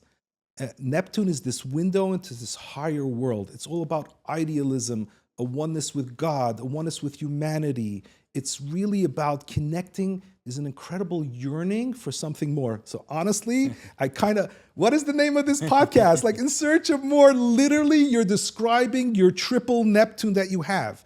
And so Neptune is so powerful, like the house of more, search of more, literally, you should just say Neptune, like literally that's what it is. It's an incredible yearning. Now, the thing with Neptune is, when people have it very strong in their chart, there's this feeling, so there's a positive, healthy way to get this oneness and bliss, and then there's a negative, damaging way, and that can come through addictions. So if you think about it, alcohol and drugs, when you're high, it's that bliss. You're feeling a oneness with the universe. It's the same feeling, but it's destructive and going to destroy your life. So there's a lot of people, Neptune can be a big indicator of recovery. Doesn't have to, but that's something, because that's the thing with the not kosher astrologers. They'll say Neptune, oh, it's an addiction. No, it's a search for something higher. Now, there are ways to get that. So there's people who are artists tend to have very strong Neptune because art is another way that you're connecting with something higher. Spirituality is a huge part of Neptune. It's just that oneness and connecting up. And then in the negative side, it's can be any kind of addictions. Understood. So that's a huge part. But that's where that whole drive, that search for more. Now let's go back to your sun. So your sun is connected to Pluto transformation with Neptune, with this search for more, with this elevation, this yearning for something higher. That's part of your transformative process of what you're here to do. So to me, it's just like wild how it's like literally laying out all the very specific individual parts of your life. So that's just very powerful. Now, the amazing thing is when I see Mercury and Venus connected to Neptune, that's incredible creativity, far beyond what other people can do. I go crazy, and I've done this for a few people. The people who are artists, there are people who are doing incredible things, because Neptune helps you tap into the collective. You're able to tap into what people want. So you don't have to work hard. So whatever you create, you don't have to work hard to sell, because you're already tapped in. This is what people want. So it's an incredibly powerful gift that people have to use. And I always check in with people. What are you doing? Are you doing something with this? Are you aware you have these gifts and abilities, these talents? Are you doing it? And they might say, yeah, I'm doing something, but I need to make a living. And I'm like, what are you talking about? You have this incredible gifts. Yes, do whatever you need to do, but please don't ignore this. It's like I tell people, this is like you have a Ferrari in your garage and you're leaving it out there and you're like not using it. What are you doing? You're here to really bring these gifts to the world. So having a Venus and Mercury connected so strong, and your sun, so just beautiful. I mean, Connected to this search for transcendence. Yes, this elevation, transcendence. And by the way, this is all like breath work and meditation. This is all Neptunian stuff. So remember, like Neptune is the higher octave of Venus, right? So Venus is the right brain, right? Mercury is the left brain, is logic, linear, down to earth, right? So Neptune is this much higher, elevated, all this stuff, breath work, energy, healing, all of that is Neptunian. All of that is Neptunian. And the Taurus aspect of the heavy earth, how would that? So remember, that's the first layer. It's strongly influenced by the other planets. So there is this grounded underneath it. There is that level. But remember, that's the first level. The next levels are all, now, if you didn't have that grounding, you might float away. You might be too woo-woo, wow out there, So you have this practical, grounded Taurus, likes its comfort, likes its groundedness, likes its routine, like it has that. But then also you have that moon Uranus, that wild, spontaneous, emotional side. I want to do this. I don't feel like doing this now, right? So you have this mix of grounded, the spontaneous, and this elevation.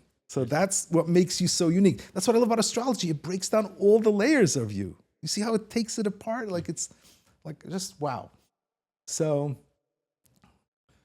And I see that Jupiter has heavy. What's that? Yes, and Jupiter, you have Jupiter connect, right, and Jupiter's connecting to everything. Like, so Jupiter just adds enthusiasm and excitement. It's the glass half full. Like a can-do attitude. Yes, I can, because there are people who have very strong Saturn in their chart, and you really don't have Saturn except in one area. We can talk about that. But Saturn is when people have the glass half empty and they think, no, I won't be successful. I better not try it. I shouldn't risk.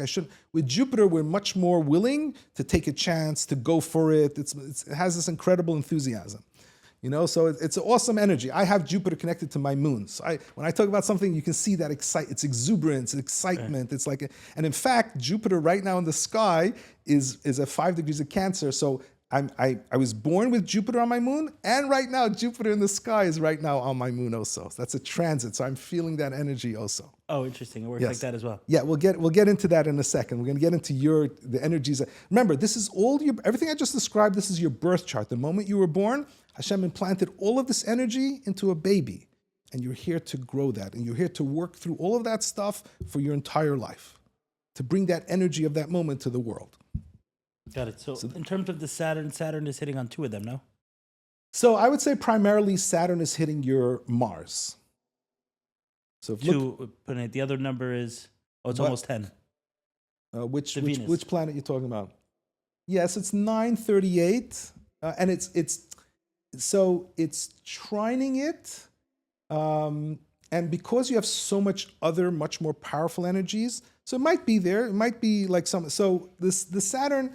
So generally when it's very far, I would just check in with a person. Do they feel it? Again, so sad, but I feel like because that's like seconds away from 10. Yes, it's seconds away from 10, and not just that. If there was nothing else connected to your Venus, I would then look into that because Saturn usually plays a big role. But your Venus has so much going on. You have, if you want to look at that, you have Mars connected to it, you have Jupiter connected to it, you have Neptune and Chiron, almost zero. There's way too much for it to go on.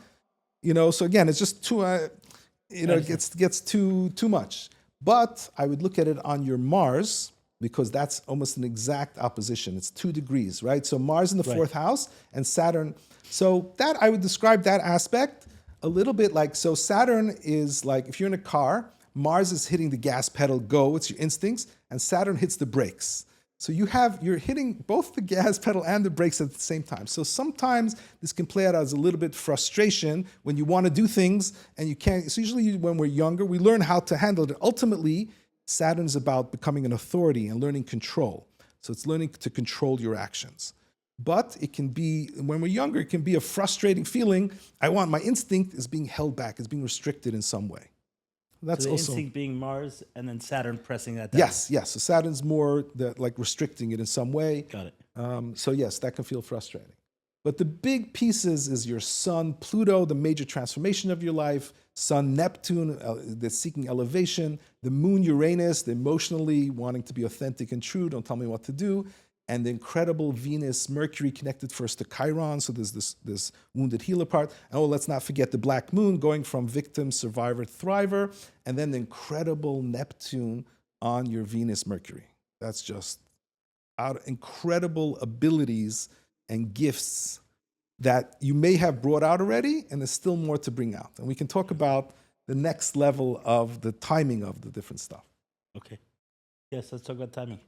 Okay, so that's your birth chart, right? A lot of information, very detailed. How accurate do you feel it was for you? So the one that, so I connected to everything. The one that I connected to the least was the Neptune aspect of it.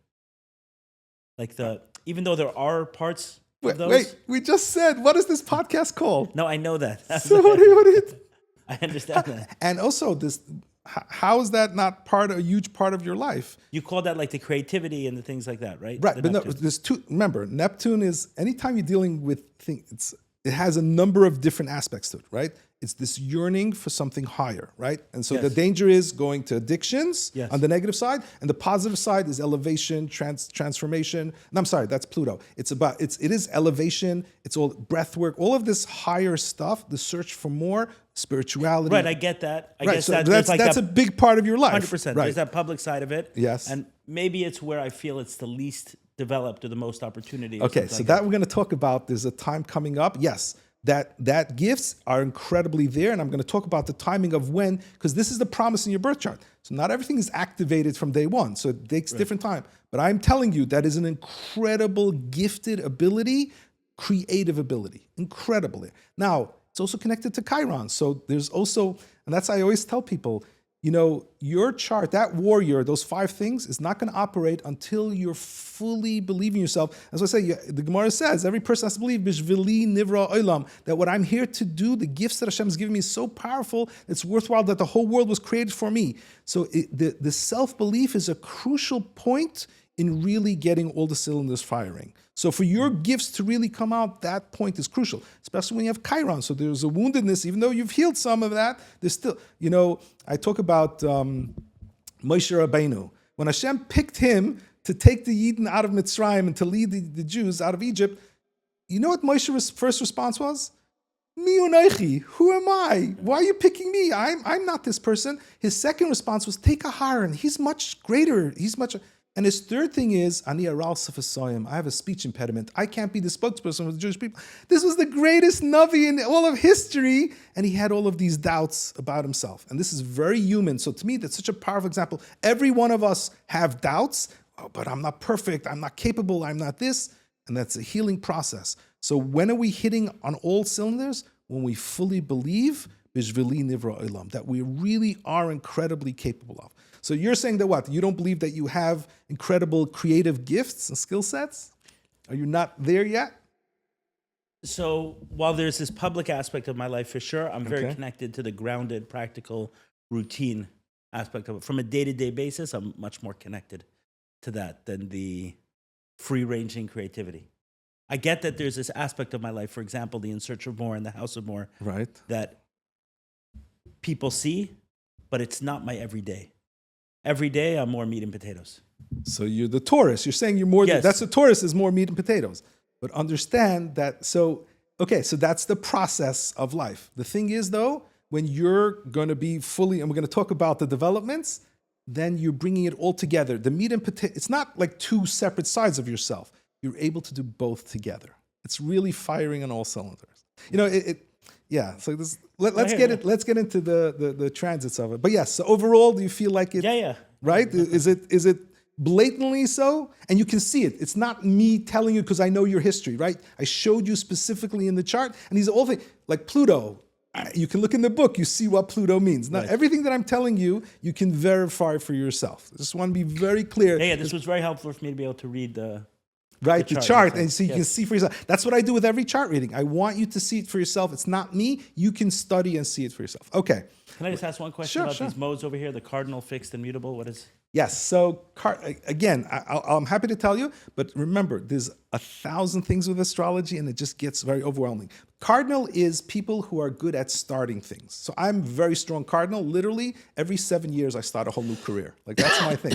I want to start something that doesn't exist yet. I love building something new that doesn't exist, but then I get bored of it. I want to build something. Once it reaches a stage, which is the fixed stage, which is it's already a process. Somebody else can come over and take it over. You don't need me for it. The cardinal is the one who knows how to initiate and create something that didn't exist before. The fixed person is somebody who knows how to. So the Taurus parts is very fixed. That's why you have a lot of fixed energy. So that's something, that's the routine. Taurus likes its routine, and it's likes it. Again, it's mixed because you have Moon Uranus, so that's not routine. But remember this mix that you have. And the mutable is more like able to handle like spontaneous things that comes up kind of thing. So it's that's more lower. mixed. What? That's lower for me. Yeah. So it's like because you're Taurus energy, but again, because you have mixed, because you have Moon Uranus, I feel the Moon Uranus is, so Moon is mutable, the Gemini is mutable, so that's good at picking up like sudden things, and Uranus is also sudden things. So you have that side of you, but the other side, the Taurus side, is also very strong. right? That's so. Again, we're not one or the other. There's this complex part to it. Okay.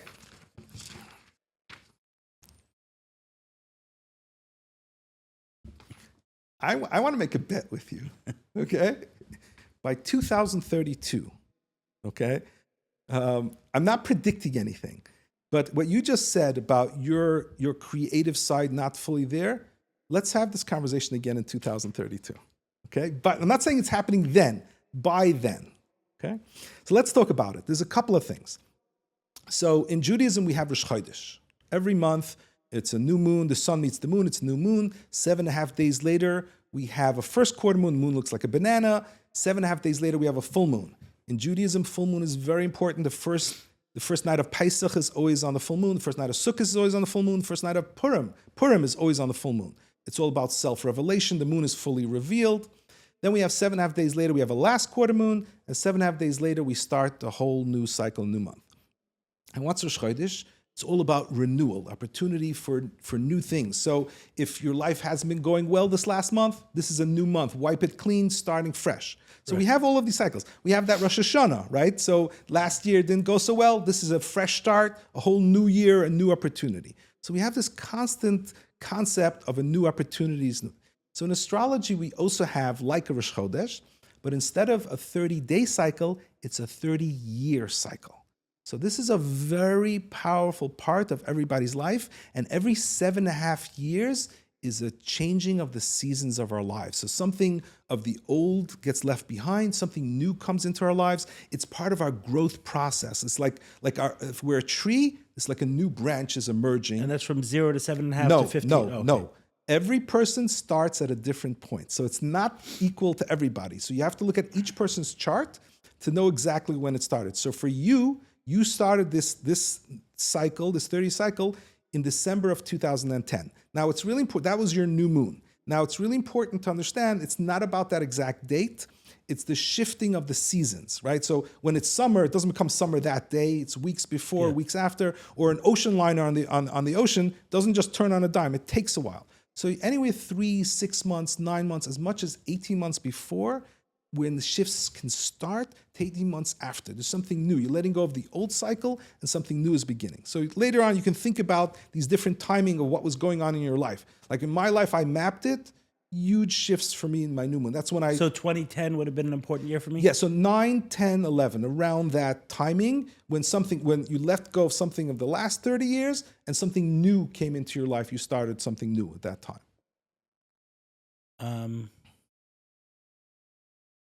Recovery started early 2012. No, sorry, my relationship, which led to recovery, started early 2012. Later, but 2017 was a very important year for me. So the first quarter moon was in 2018. So 2017, 2017, 18, 19, that time frame was a huge. That's the first quarter moon. So at the new moon, it's like we're like a new baby. We're starting something new for 7.5 years. At the first quarter moon, we become like an adolescent. We start challenging things, what we're told or what we know. We want to start literally like a teenager. That's the stage that we're in. So the first quarter moon is usually a very big turning point. For me, that's when I first learned about astrology, at my first quarter moon. Now, at the time, I didn't know what an important role it's going to play. That's the other thing. There are things that come into our lives that we sometimes don't know how it's going to impact us. But literally at every quarter of my life, I had massive changes happening there. So I love people who keep diaries because then you can really see it. A lot of people are really not aware of how they shifted and how they're changing over time. So this really lists it out. Now the next step. So we put end of 2017, beginning of 2018 as that period? August 5, 2018 is the exact. Think of it starting from 18 months before to 18 months after. That's when this shift is starting to happen. So that's a big, and remember, that's the emotional adolescent. That's when I'm challenging the world. Literally, it's challenging the ways of the world. Okay, that was that energy for you.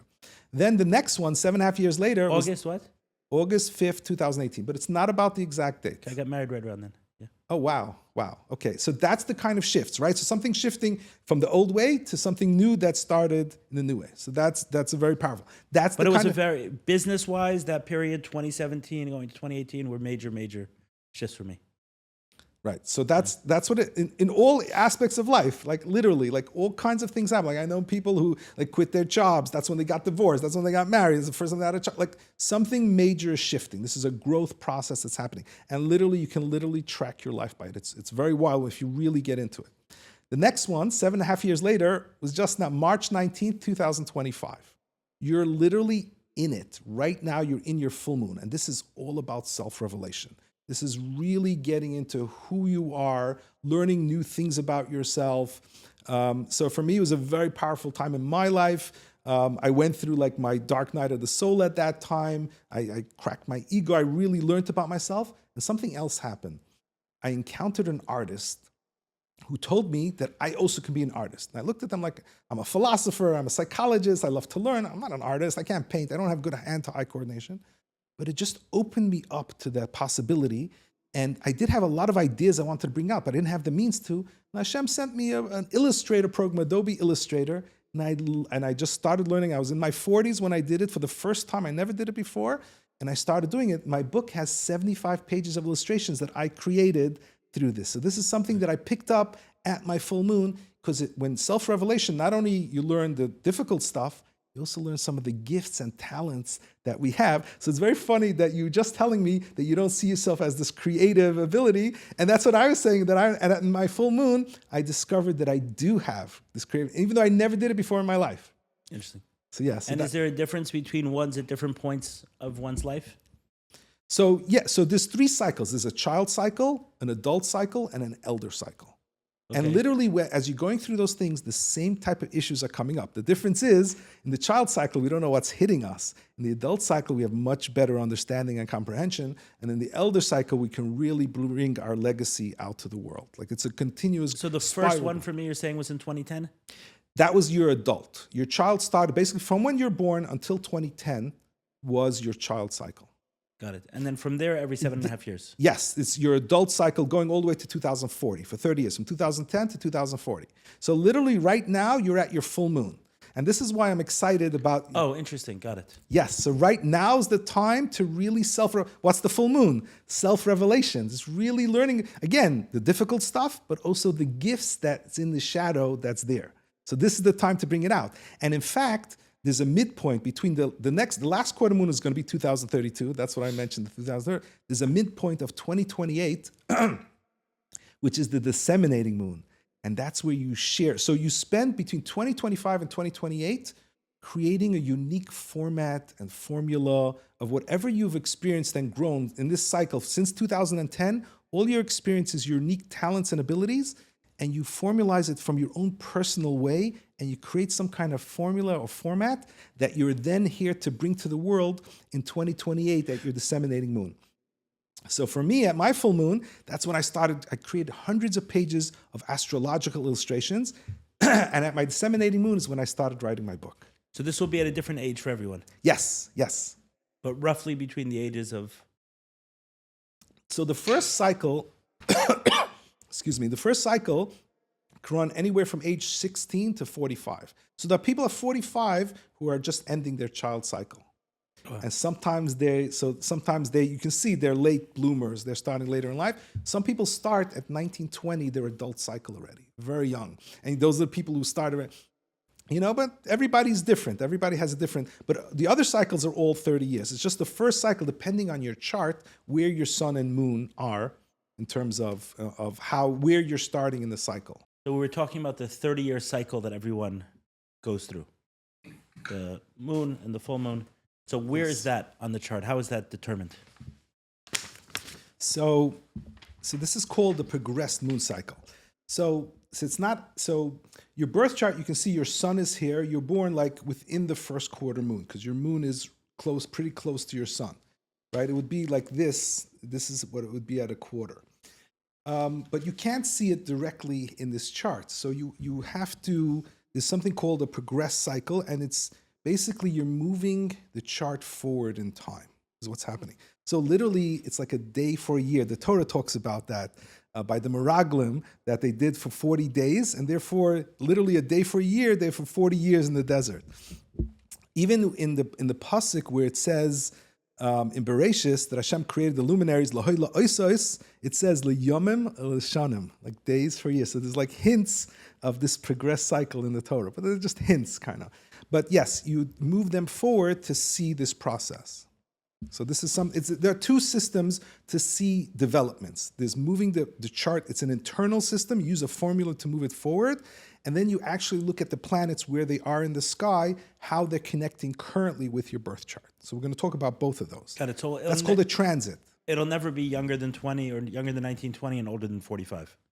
And everyone has that 30-year cycle. In this the child cycle in this particular things, yes. It can be as young as 16, I believe, to 45 about. That's somewhere in that. I know in the book you spoke about, I think it was Biden, maybe Trump, that's something in their 70s where it's going to be important. Maybe Biden. Right. So that like was 78. Biden, where his Saturn, his authority, connected with his North Node. This is a solar arc, another system that you move things forward. So this is things very rarely connect. And that's when his authority connected with his purpose in this world.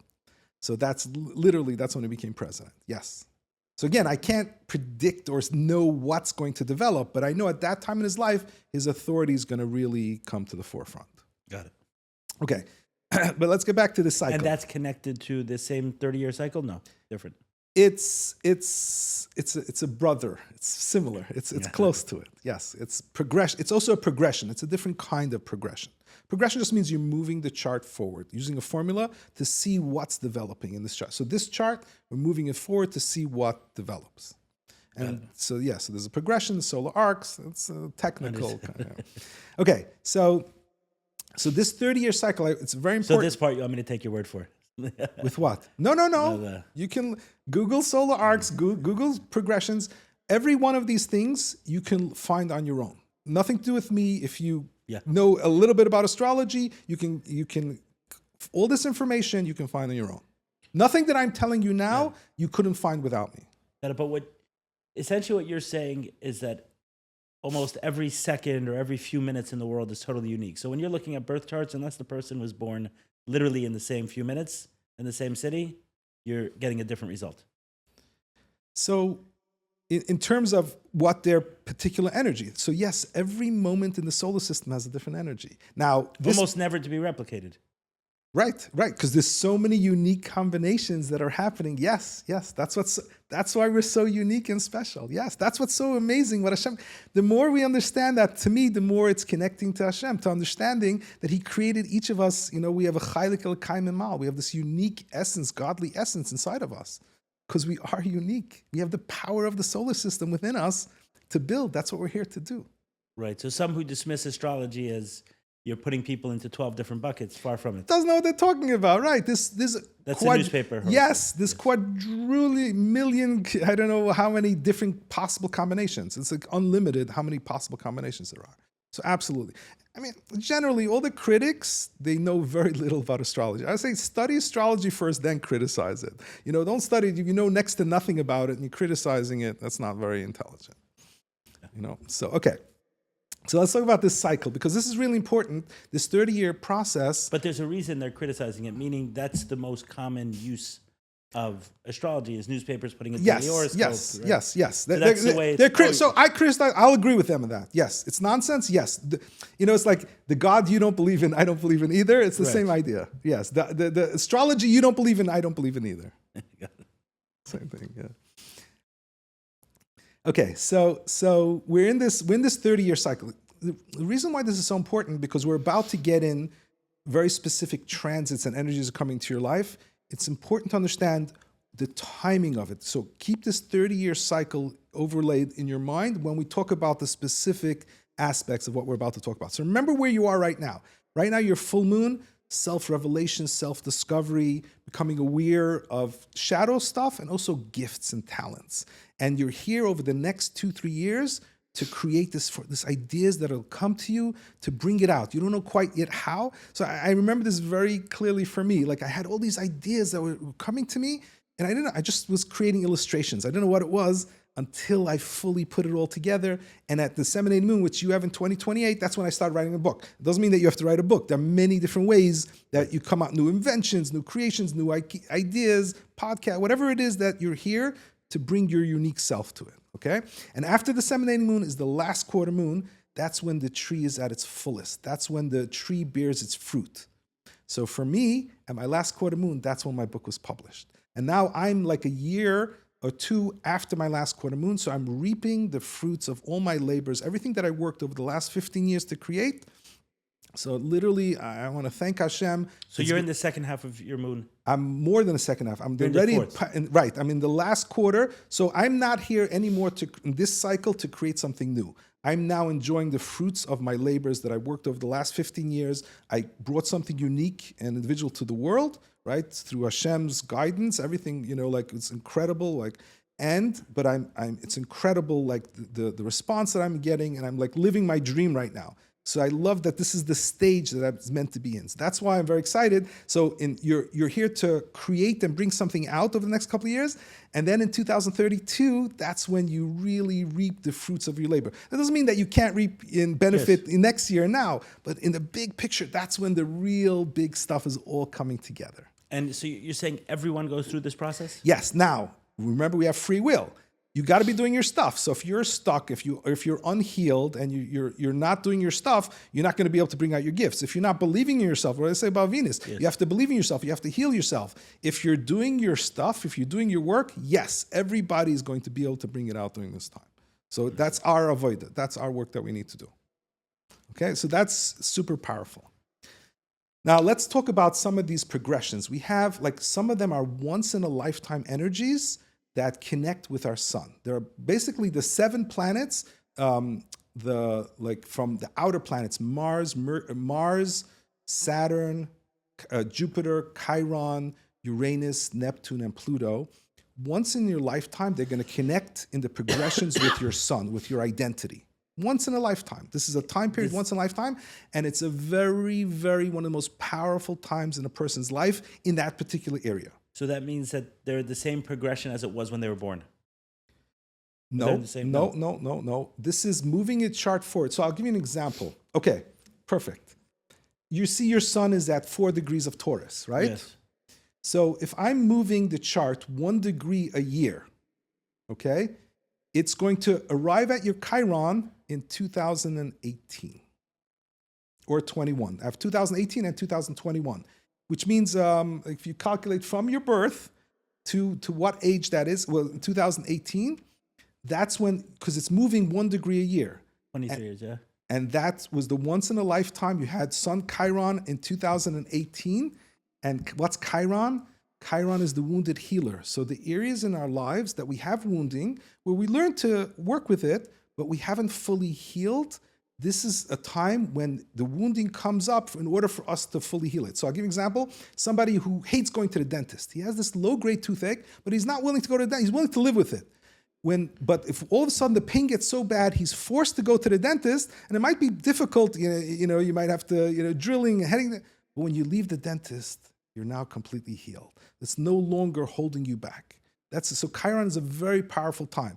And your date, you have July 10, 2018 through May 7, 2021. This is your once in a lifetime powerful Sun Chiron healing process. Oh, interesting. And you did your TED Talk in April of 2019. Yeah, February 2019. February 2019. Yeah. So literally, July, it's within the year. July, August, September, October, November, December, January, February, 7 months after the date. I have July 10th, 2018. And specifically in the book, I talk about it. Within a year of that time period is when you can have an incredible major healing opportunity. Interesting. Yeah, that time period, which I mentioned, 2017, 2018. What happened was 2017, I made a decision. I'm sober no matter what. I was kind of in the, in the aver of recovery for then. I was getting benefits, but I wasn't 100% committed no matter what. That happened really 2017. When I began that, it was right after I got engaged. All of a sudden, all of the pain really started coming to the surface, and a lot of problems in my business that I was ignoring and numbing and avoiding came to the surface, and I was forced to deal with it.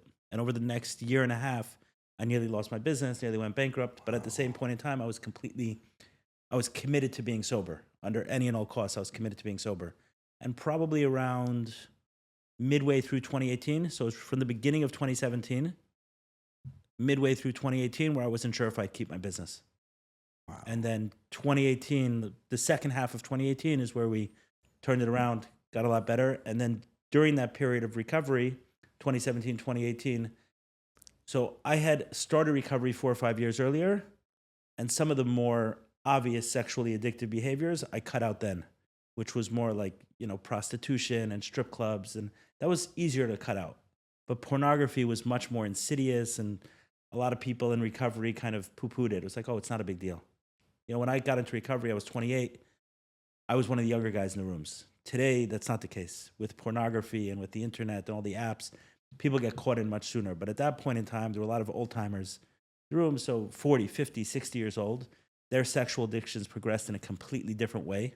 It was more through the normal course of, cruising on the streets or who knows, but it was more in real world, not the internet.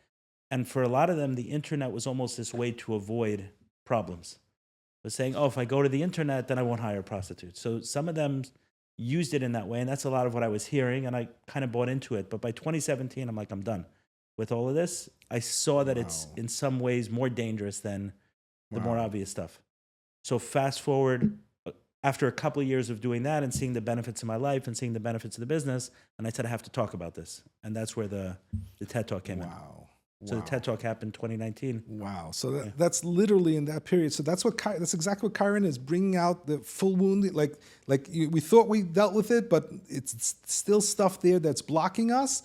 And we're forced to really bring it out to really heal and really cleanse. And there's such a huge, like in my own life, when I went through Sun Chiron, it was one of the most painful times in my life. But also it's when I was able to let go of shame and guilt, and it just opened me up to the next level of my life. So that's such a powerful process that we go through.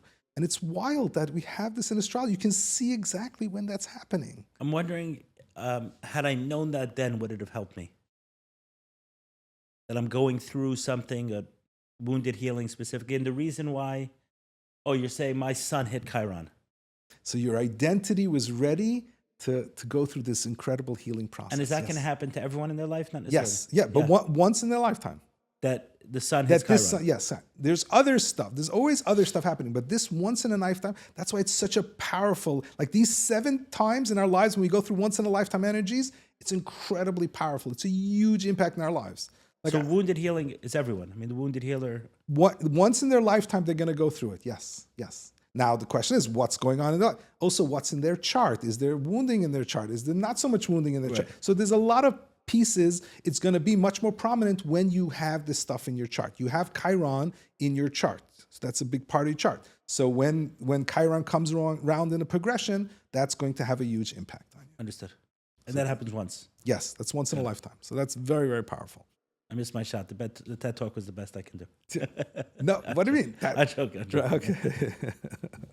That's pretty, I mean, one of the most bravest things I've ever seen. Like, just wow. Just wow. And by the way, let's talk about the transits that was happening right now. So that was that moving it forward, right? Then the transits are in the sky. So let's talk about your sun is at 4 degrees of Taurus. In August 17, 2018, Uranus in the sky hit within a degree of 4 Taurus. It was about 3 Taurus. And through 18 and 19, you had once in 22 years that Uranus connected to your sun. So Uranus is all about being authentic and true, and I'm going to speak my truth regardless of the consequences. And I don't know anybody who's ever done that more than you did with that TED Talk. Like literally, so not only you had this once in a lifetime Chiron, you had once in a lifetime Uranus hitting your sun, the ability to speak your truth. And I talk about that like in Avraham Avinu, when Hashem said, Lech lecha ma'aretzcha moladcha bebeis avicha, leave your father's land, leave your father's home, and I will turn you into a great nation. It's a time of stepping into your own power and going against the whole world. The whole world believed in idol worship. And Avraham Avinu said, no, there's only one God. And he got thrown into the fire. He had consequences. But he spoke his truth, and that made him the father of the Jewish people. So that's what Uranus gives us. So you have Uranus in your birth chart with the moon, But this is once in 22 years when it hit you that you're able to speak your truth. And that literally happened in 2018, 2019. Yeah. Oh, got it. Right, it's the same time when you gave your TED Talk. So not only you had this incredible Sun Chiron energy, this one's not healing, you had this once in 22 years of speaking your truth regardless of consequences. Understood. Because Uranus gives us the courage to do it. So that's what I'm saying. When Hashem is guiding our growth, it's like, it gives us the ability then to really speak up. So without Uranus, you can do it, but this gives us the courage. It gives, no, I got to be true. It builds that inner strength and muscle. Okay, so you said the Uranus... Just want to find it here. Is there? Oh, that's on the moon. Yours, okay. Yeah. You always have that on your moon. So in addition to that, you had this connecting to your sun at that time when you gave the TED Talk. Understood. So it's just very, very powerful. And you're not done with that because you're getting the once in a lifetime Sun Uranus in the progression in 2028 and 2030. Remember, what's happening in 2028? Your disseminating moon is when you're sharing with the world. So also some kind of next level of individuation is happening where you'll be able to speak your truth in something that maybe you didn't feel so comfortable until now, or some new thing something that requires that strength to speak up. Like we have all kinds of, even on a lower level, talking about astrology and things, from Judaism, you get pushback. There may be other things when you're ready to make big shifts that, might require that inner strength to do it. So that's very powerful. That's coming up for you. And also connected to Jupiter. And Jupiter is that enthusiasm and excitement and can-do attitude. So I love it's all happening during your disseminating moon when you're really formulating and bringing this idea out to the world. So that's very, very powerful. So this concept of the 30-year cycle, is that similar to the hero's journey? Yes. The idea of going out there, getting something. And yes, you get right. In the first half, it's more unconscious. And in the second half, at the full moon, that's when things become conscious. That's when we're really, oh, wow, I'm really becoming aware. And you're really able to bring it to the... So the first half is like, the daytime, and the second half is like the nighttime. Like that's the deeper inner stuff, what we're really here to do. But we got to first do the work of the first half, too. That's very powerful. Okay, so this is why I wanted to take that bet with you about your creativity and abilities. So Neptune right now, so look at your Venus and Mercury, right? They're 6 and 8 degrees of Aries. Neptune in the sky right now is at 2 degrees of Aries. Aries is so in the second house, in your chart, it's in the second house, that's where you have Aries. And your Venus and Mercury is in Aries. Aries in the chart. No, that's planets. Look at the zodiac signs. the second one, right? Okay. The first one is Aries, the red.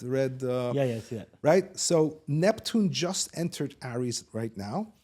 And Neptune is going to be connecting in 27, 28. It's going to reach 6 and 8 degrees of Aries. So it's going to be connecting with your Mercury and Venus. And this is once in 40 years. So this is a very, very powerful time of elevation and transcendence and incredible inspiration and dreams coming true, connected to Venus, your creativity, and your Mercury. Now, in your birth chart, you have Neptune connecting to Mercury and Venus, right?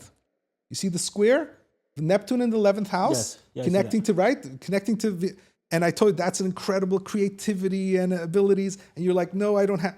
So that's the timing when your incredible inspiration, when it's an opportunity for it to really come out. That gifts, and I love the timing during the disseminating moon. And this is once in 40 years, and it's so powerful. I have to tell you, I'm going through that right now. And literally my dreams are coming true. Like literally, like it's beyond words. Like I couldn't have even imagined, like just the reception, and just like I feel so blessed. I'm so grateful to Hashem, but all my hard work is really being just really accepted. People are so loving the book and like really, and just, so that's what I feel like oneness, a bliss with humanity. I'm able to connect with people. I'm able to help people thrive. So there's idealism, it's inspiration, right? That's what I'm here to. I never spoke publicly. I never did podcasts before. I never did any of this before. And I have now Neptune connecting. I also have Mercury and Venus together. You said Neptune is the transcendence. Yes. Where's the enthusiasm? Is that Jupiter? Jupiter, yes. Jupiter is the enthusiasm. So you have that. I have Neptune and Jupiter hitting me right now, literally. Oh, I got you. Jupiter moves pretty quickly. Neptune lasts for like a year and a half. So I'm having it through 25 and 26. Like, yeah, so the next 2 years. So literally at my last quarter moon, it's the fruits of my labor and it's elevation, transcendence, and dreams coming true and connecting with the collective, right? So there's something that I tapped into what the collective needs. You know, when I wrote my book, I had Sun Neptune. This is also once in 40 years, Neptune hit my sun. So it was incredible, inspirational time. I have to be very honest, when I read my book, I'm like, who wrote this? Like, it's so good. Like I can't even believe, like, it's not, I feel like Hashem sent me the messages and like, that was Neptune. Like, it's not something that I could have normally done. And Neptune was the time when I was open to doing it and it came, and now is when it's hitting my, so when it hits your Venus and Mercury, to me, that's when you're, like, because you have that promise in your chart. I don't have it in my chart. I don't have Neptune connected to my Venus and Mercury. You have it in your chart. So to me, that's when that part, so it could be inspiration, elevation, your dreams, all of that, but I also feel it's incredible talents coming out. And disseminating moon is when you're sharing that with the world. That's when you're creating it. So to me, so when you're saying today you don't feel that yet, that's why I would like to take this bet the next couple of years where you're really going to feel it. Okay, it's recorded. It's out yes, there. Okay, yes. Just one question, because you're mentioning, we'll switch a little bit. I wonder how interesting this would be to people to hear my chart being read. But in any case, we'll find out from the reception. No one needs to listen. In terms of the receptivity of the book, I mean, you mentioned it was positive. Did you, going into this, when you published it, were you prepared for heavy criticism? Were you prepared for excommunication potentially? So yes, I was prepared for all of that. Like, again, I have in February of 2026, incredible. I have Saturn and Neptune on my MC. Like, I feel like something's going to develop then. I don't know what, but I'm open to it and I'm ready to it. So the thing is, Saturn, Neptune being what? So Neptune is this elevation, but it's hitting my MC, my public life. It's a whole time there, but they're both exactly conjuncting, and they're both sitting in one place. So it's a very powerful, thing that's for me in February of 2026. Again, I don't know specifically. Obviously, it feels connected to this. But here's the thing. So when I wrote the book, it's not, I wasn't worried. You know why? Because you're not arguing with me. You have to argue with Ibn Ezra. You can argue with the Ramah. You can argue with the Gemara and Shabbos. Like, really? You're saying astrology is not allowed? It's a mitzvah lachshav t'kivas amazolos. Rashi says it's talking about astrology. Ibn Ezra was an astrologer. The Ramah wrote Torah Sa'olah. Yitzchok Aharon wrote Akedas Yitzchok. Every other chapter talks about astrology. The Meiri says astrology is teva. I'll go one after another. Every Rishon and Achron. Vilna Gaon says, look at your astrological chart. Chanukah Nar Pidarkoi. You can argue with, fine, I'm terrible, don't listen to me. What are you going to do with all the Rishonim and Achrayim? Right. So that's why I'm not that worried about it, because like it's not me. And I put in all the sources. It's very easy. Anybody who doesn't know can just look. I bring down all the sources. I translate everything to English, but everything is in Hebrew, the original source in the bottom. So if you read the book, so the only criticism I get is people who haven't read the book and they don't know anything about it. I've yet to have one person who read the book who had anything negative to say. So is it possible? Sure. I'm open to it. Right. Okay, good. Okay, so, by the way, again, I don't like going too far ahead, but 2040, at your new moon, you have Neptune connecting with your sun. You have Uranus connecting with your sun. You're having a bunch of stuff at your new moon. So that's also just a major, give me a call in 2040, we'll talk about it. Okay? Just a major, again, it's the beginning of a new cycle, so just incredible stuff. But there's one last thing that I want to talk about is right now, what's coming up for you, you have Pluto squaring your sun. So your sun is at 4, so again, because this is in your birth chart, this is going to be an incredibly, potentially powerful, transformative time in your life. And again, I love the timing of when this is. This is after your full moon, and Pluto is all about death and rebirth, transformation, the phoenix rising from the ashes, going from caterpillar to butterfly. This is when your power emerges, okay? And this happens once in 60 years. So pretty much in your age, this is once in a lifetime. I'll give you a few examples of people who went through Sun Pluto. Javier Milei, the president of Argentina, right? He loves Jews. He said he would convert to Judaism, except he can't keep Shabbos right now because he's the president. He's like changing the whole monetary system. Is really powerful figure. He had this son Pluto. He was a member in their parliament. Nobody took him seriously. He's an outsized personality. He had this son Pluto, and he transformed into the president of Argentina. Mike Johnson, the Speaker of the House, he was a one-term congressman. He went through this once in 60 years, Sun Pluto, and he transformed from being speaker to become Speaker of the House, one of the most powerful people in Congress. Pluto, it's about transforming your identity, your role, right? Remember, the sun is the whole person. So you're here during the next, starting now, May of 2025, going through October of 2027. The whole period, the next 2 years, is a massive transformative time in your life where your power is ready to fully emerge. Okay, hopefully it'll be painless. So not a, that, I don't know, like it's a process. Like look, in the example, the story I gave of Yaakov, right? So sometimes it can be a dark night of the soul. Like, growth, sometimes, Yes. right? However, he became Yisrael. He became the father of the Jewish people. There's something that you're ready to step into the next level. Now you're having this the same time that you're having Neptune on your Venus and Mercury, and you're descending. So all of these energies is, to me, incredibly powerful of who you're already a powerhouse. And yet you're ready for that next stage of really bringing it out to the world. So so like I know it's all future, but this, you can see all of these dates and you can see this unfolding. You see the past, how these transits and progressions played a major role in your life, and you can see here. And this is all Hashem. It's Hashem's love. This is Hashem helping us to grow. It's all part of that. People are like, oh, should I be afraid? No, Hashem loves you. Hashem wants you to grow. This is a time that your branches are ready to emerge. It's our own stuff because we get stuck and we're afraid, and we're afraid of change, and we're afraid. If you're open, you're like, I'm open. Hashem, help me do what I need to do. My purpose in this world, I'm open. Send me wherever you want. And how is this different than astromancy? So astromancy will tell you a specific thing, and then in 2 years from now, your house is going to burn down. That's astromancy. Or it's going to tell you, I'm not telling you anything specific. I don't know what you're going to transform into. I don't know what, I just know so I'm knowing the weather. Or I'll give you this an example. People say, oh, you're telling the future. If I'm holding an apple seed in my hand, and I understand that this apple seed has the potential to grow into a 30-foot tree that produces apples, am I telling the future?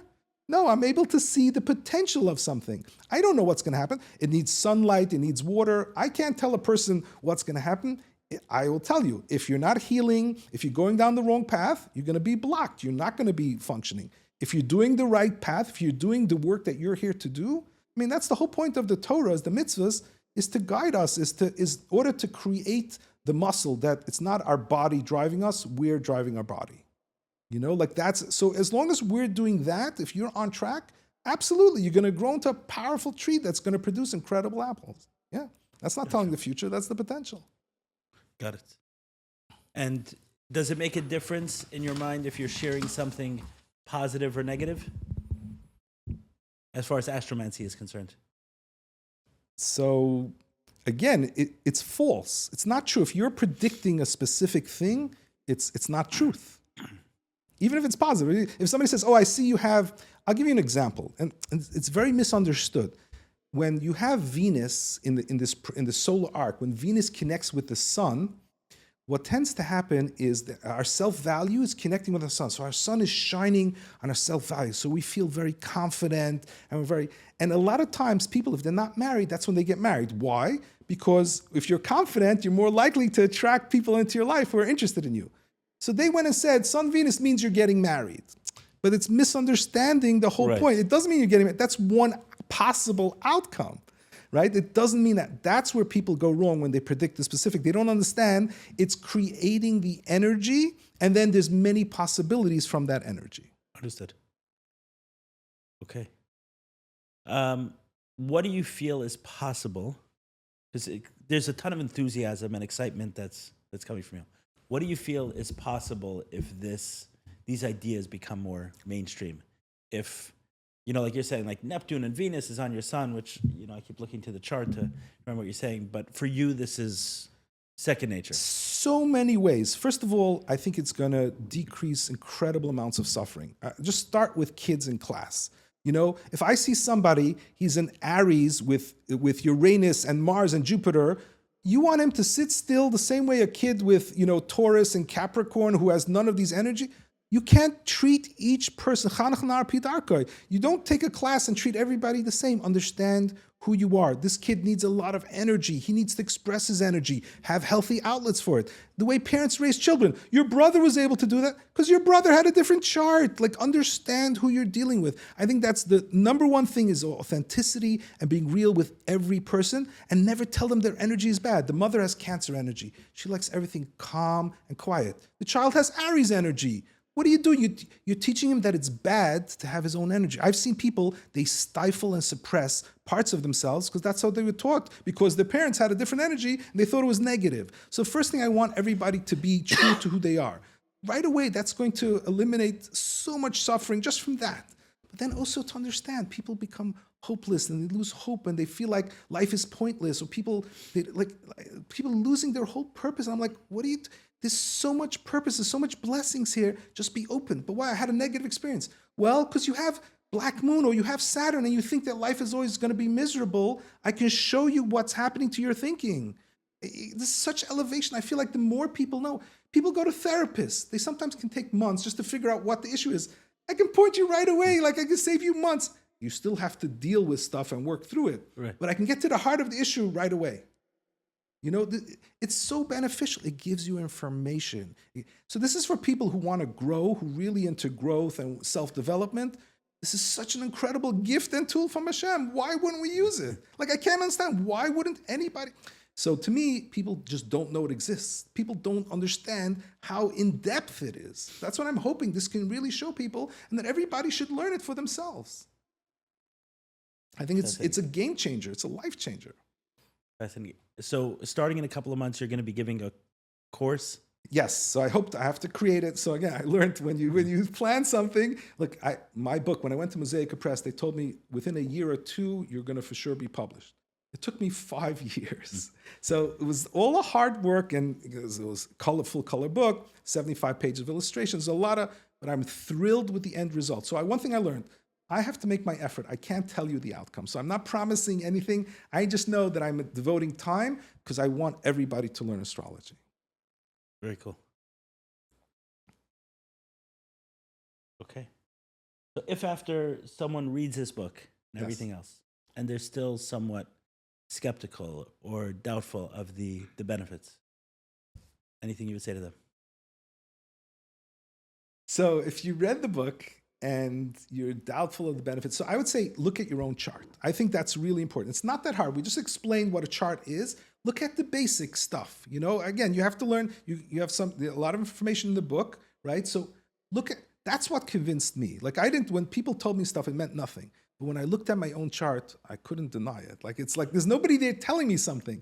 I see myself. I have Pluto, Mercury, Venus. I'm intense with communication and learning. That's so true. Like, these are very unique aspects. The minute you see that, it's undeniable. It's undeniable.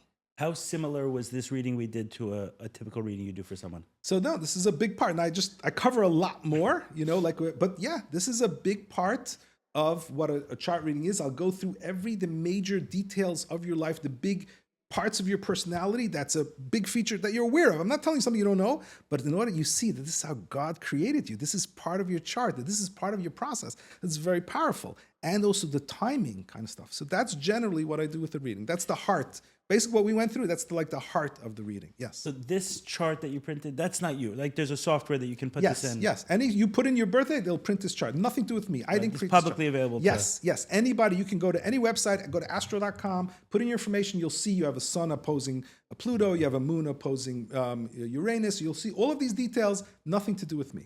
And then my question is, when people say, prove it, like, how is this not so blatant beyond truth? Like, again, for everybody. When I do this with Donald Trump's chart, I do it with your chart, I do it with Biden's chart, I do it with the hundreds of people I did chart reading, every single person feels it. They see it.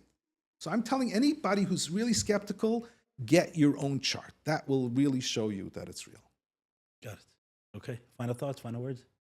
So yeah, and I think just all of this, the biggest thing for me in astrology is God's personal involvement in my life. That's what I feel like. I can see how he created me with all my gifts and my struggles, even the painful times in my life. That was all God helping me to build the muscle that I have this mission in the world to do. Some of it is tough. I have to be strong in certain ways. So I needed to go through some of that pain and suffering to build those muscles. But God is so loving and kind and good. And just when we do this stuff, when we do what we're meant to be doing, it's heaven. I'm telling you, it's just like literally, it's bliss. It's Neptune. It's literally just bliss, incredible. And Hashem like loves us and wants us to succeed. He wants us to be successful. He wants us to grow. That's what astrology was created for. That to me is the biggest message, the personal involvement. Because, the sun is an amazing thing. Hashem created the sun, it warms the earth, but for 8 billion people. It wasn't special for me, it's for everybody, right? This is for me. This chart is for you. Hashem created this for you, for your personal life. So it's so personal, individual. It's like, wow, God's deeply involved in my life. That to me is the big life lesson from this. Without you ever encountering astrology, how do you feel your life is different today? So I tell people, you can live, there are people who did amazing things and didn't know anything about astrology. All it is, it's a tool to help us understand life. It helps us understand ourselves. You can manage without it. If you're doing your work, if you're doing your healing, you don't have to have astrology in order to do it. But it's so helpful. Why not? Why wouldn't you want to know? It's certain things develop, especially when we're going through tough times, especially when life is not working the way we want, to understand that, I have people who've been suffering for years, and I see they have a new moon coming up. That means it's ending the last 30 years of your life and a whole new beginning for the next 30 years.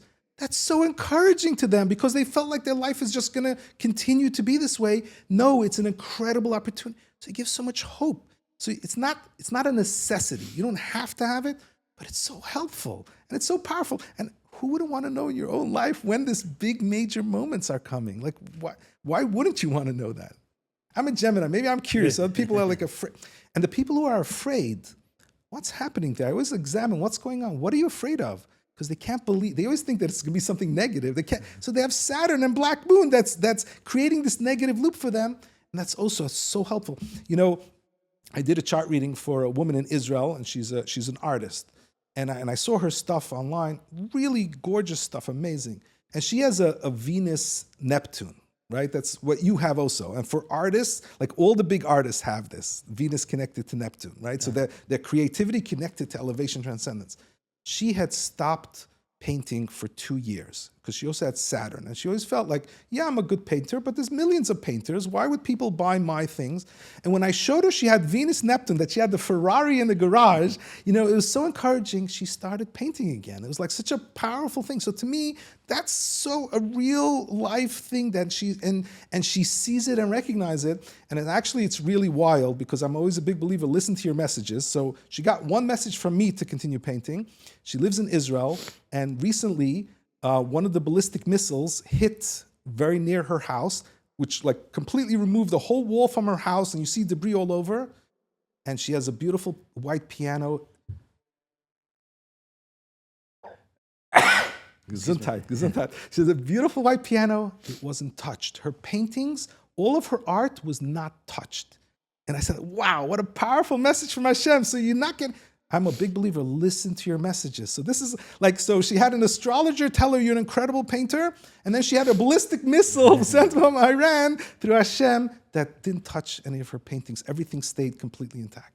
What are the messages? We're constantly getting messages from Hashem, constantly. It doesn't have to be from astrology, but this really helps you to do it. Can be a game changer and a life changer for people. If there's one message you want me to take from my chart reading is what? So, one message, you're a powerhouse. Hashem created you to be a powerhouse. Sun Pluto is a powerhouse. It's somebody who's here to really have incredible power and do incredible things and change the world. That's number one, Sun Pluto. Moon Uranus is that's supporting that Sun Pluto because you have your emotions. I don't give a flip. If it's truth, I'm going to do it. So that Hashem gave you that power. And then the incredible creativity of Neptune, Venus, and Mercury, which you haven't yet fully realized, which I'm telling you, like it's so powerful. The transit that's coming up, you're going to realize it. You're here to bring that to the world. And also the Chiron, the incredible healing that you're able to hear and bring to people. So this is just a powerhouse of a chart, a very clear purpose, a very clear role, what you're here to do, and you're doing it. So that's, Baruch Hashem, like it's beautiful, but that's it. It's just a powerhouse. That's what I call Sun Pluto is a powerhouse. Thank you. Appreciate it. Okay. I look forward to reconnecting and we'll see how it's Absolutely. Thank you so much. My pleasure.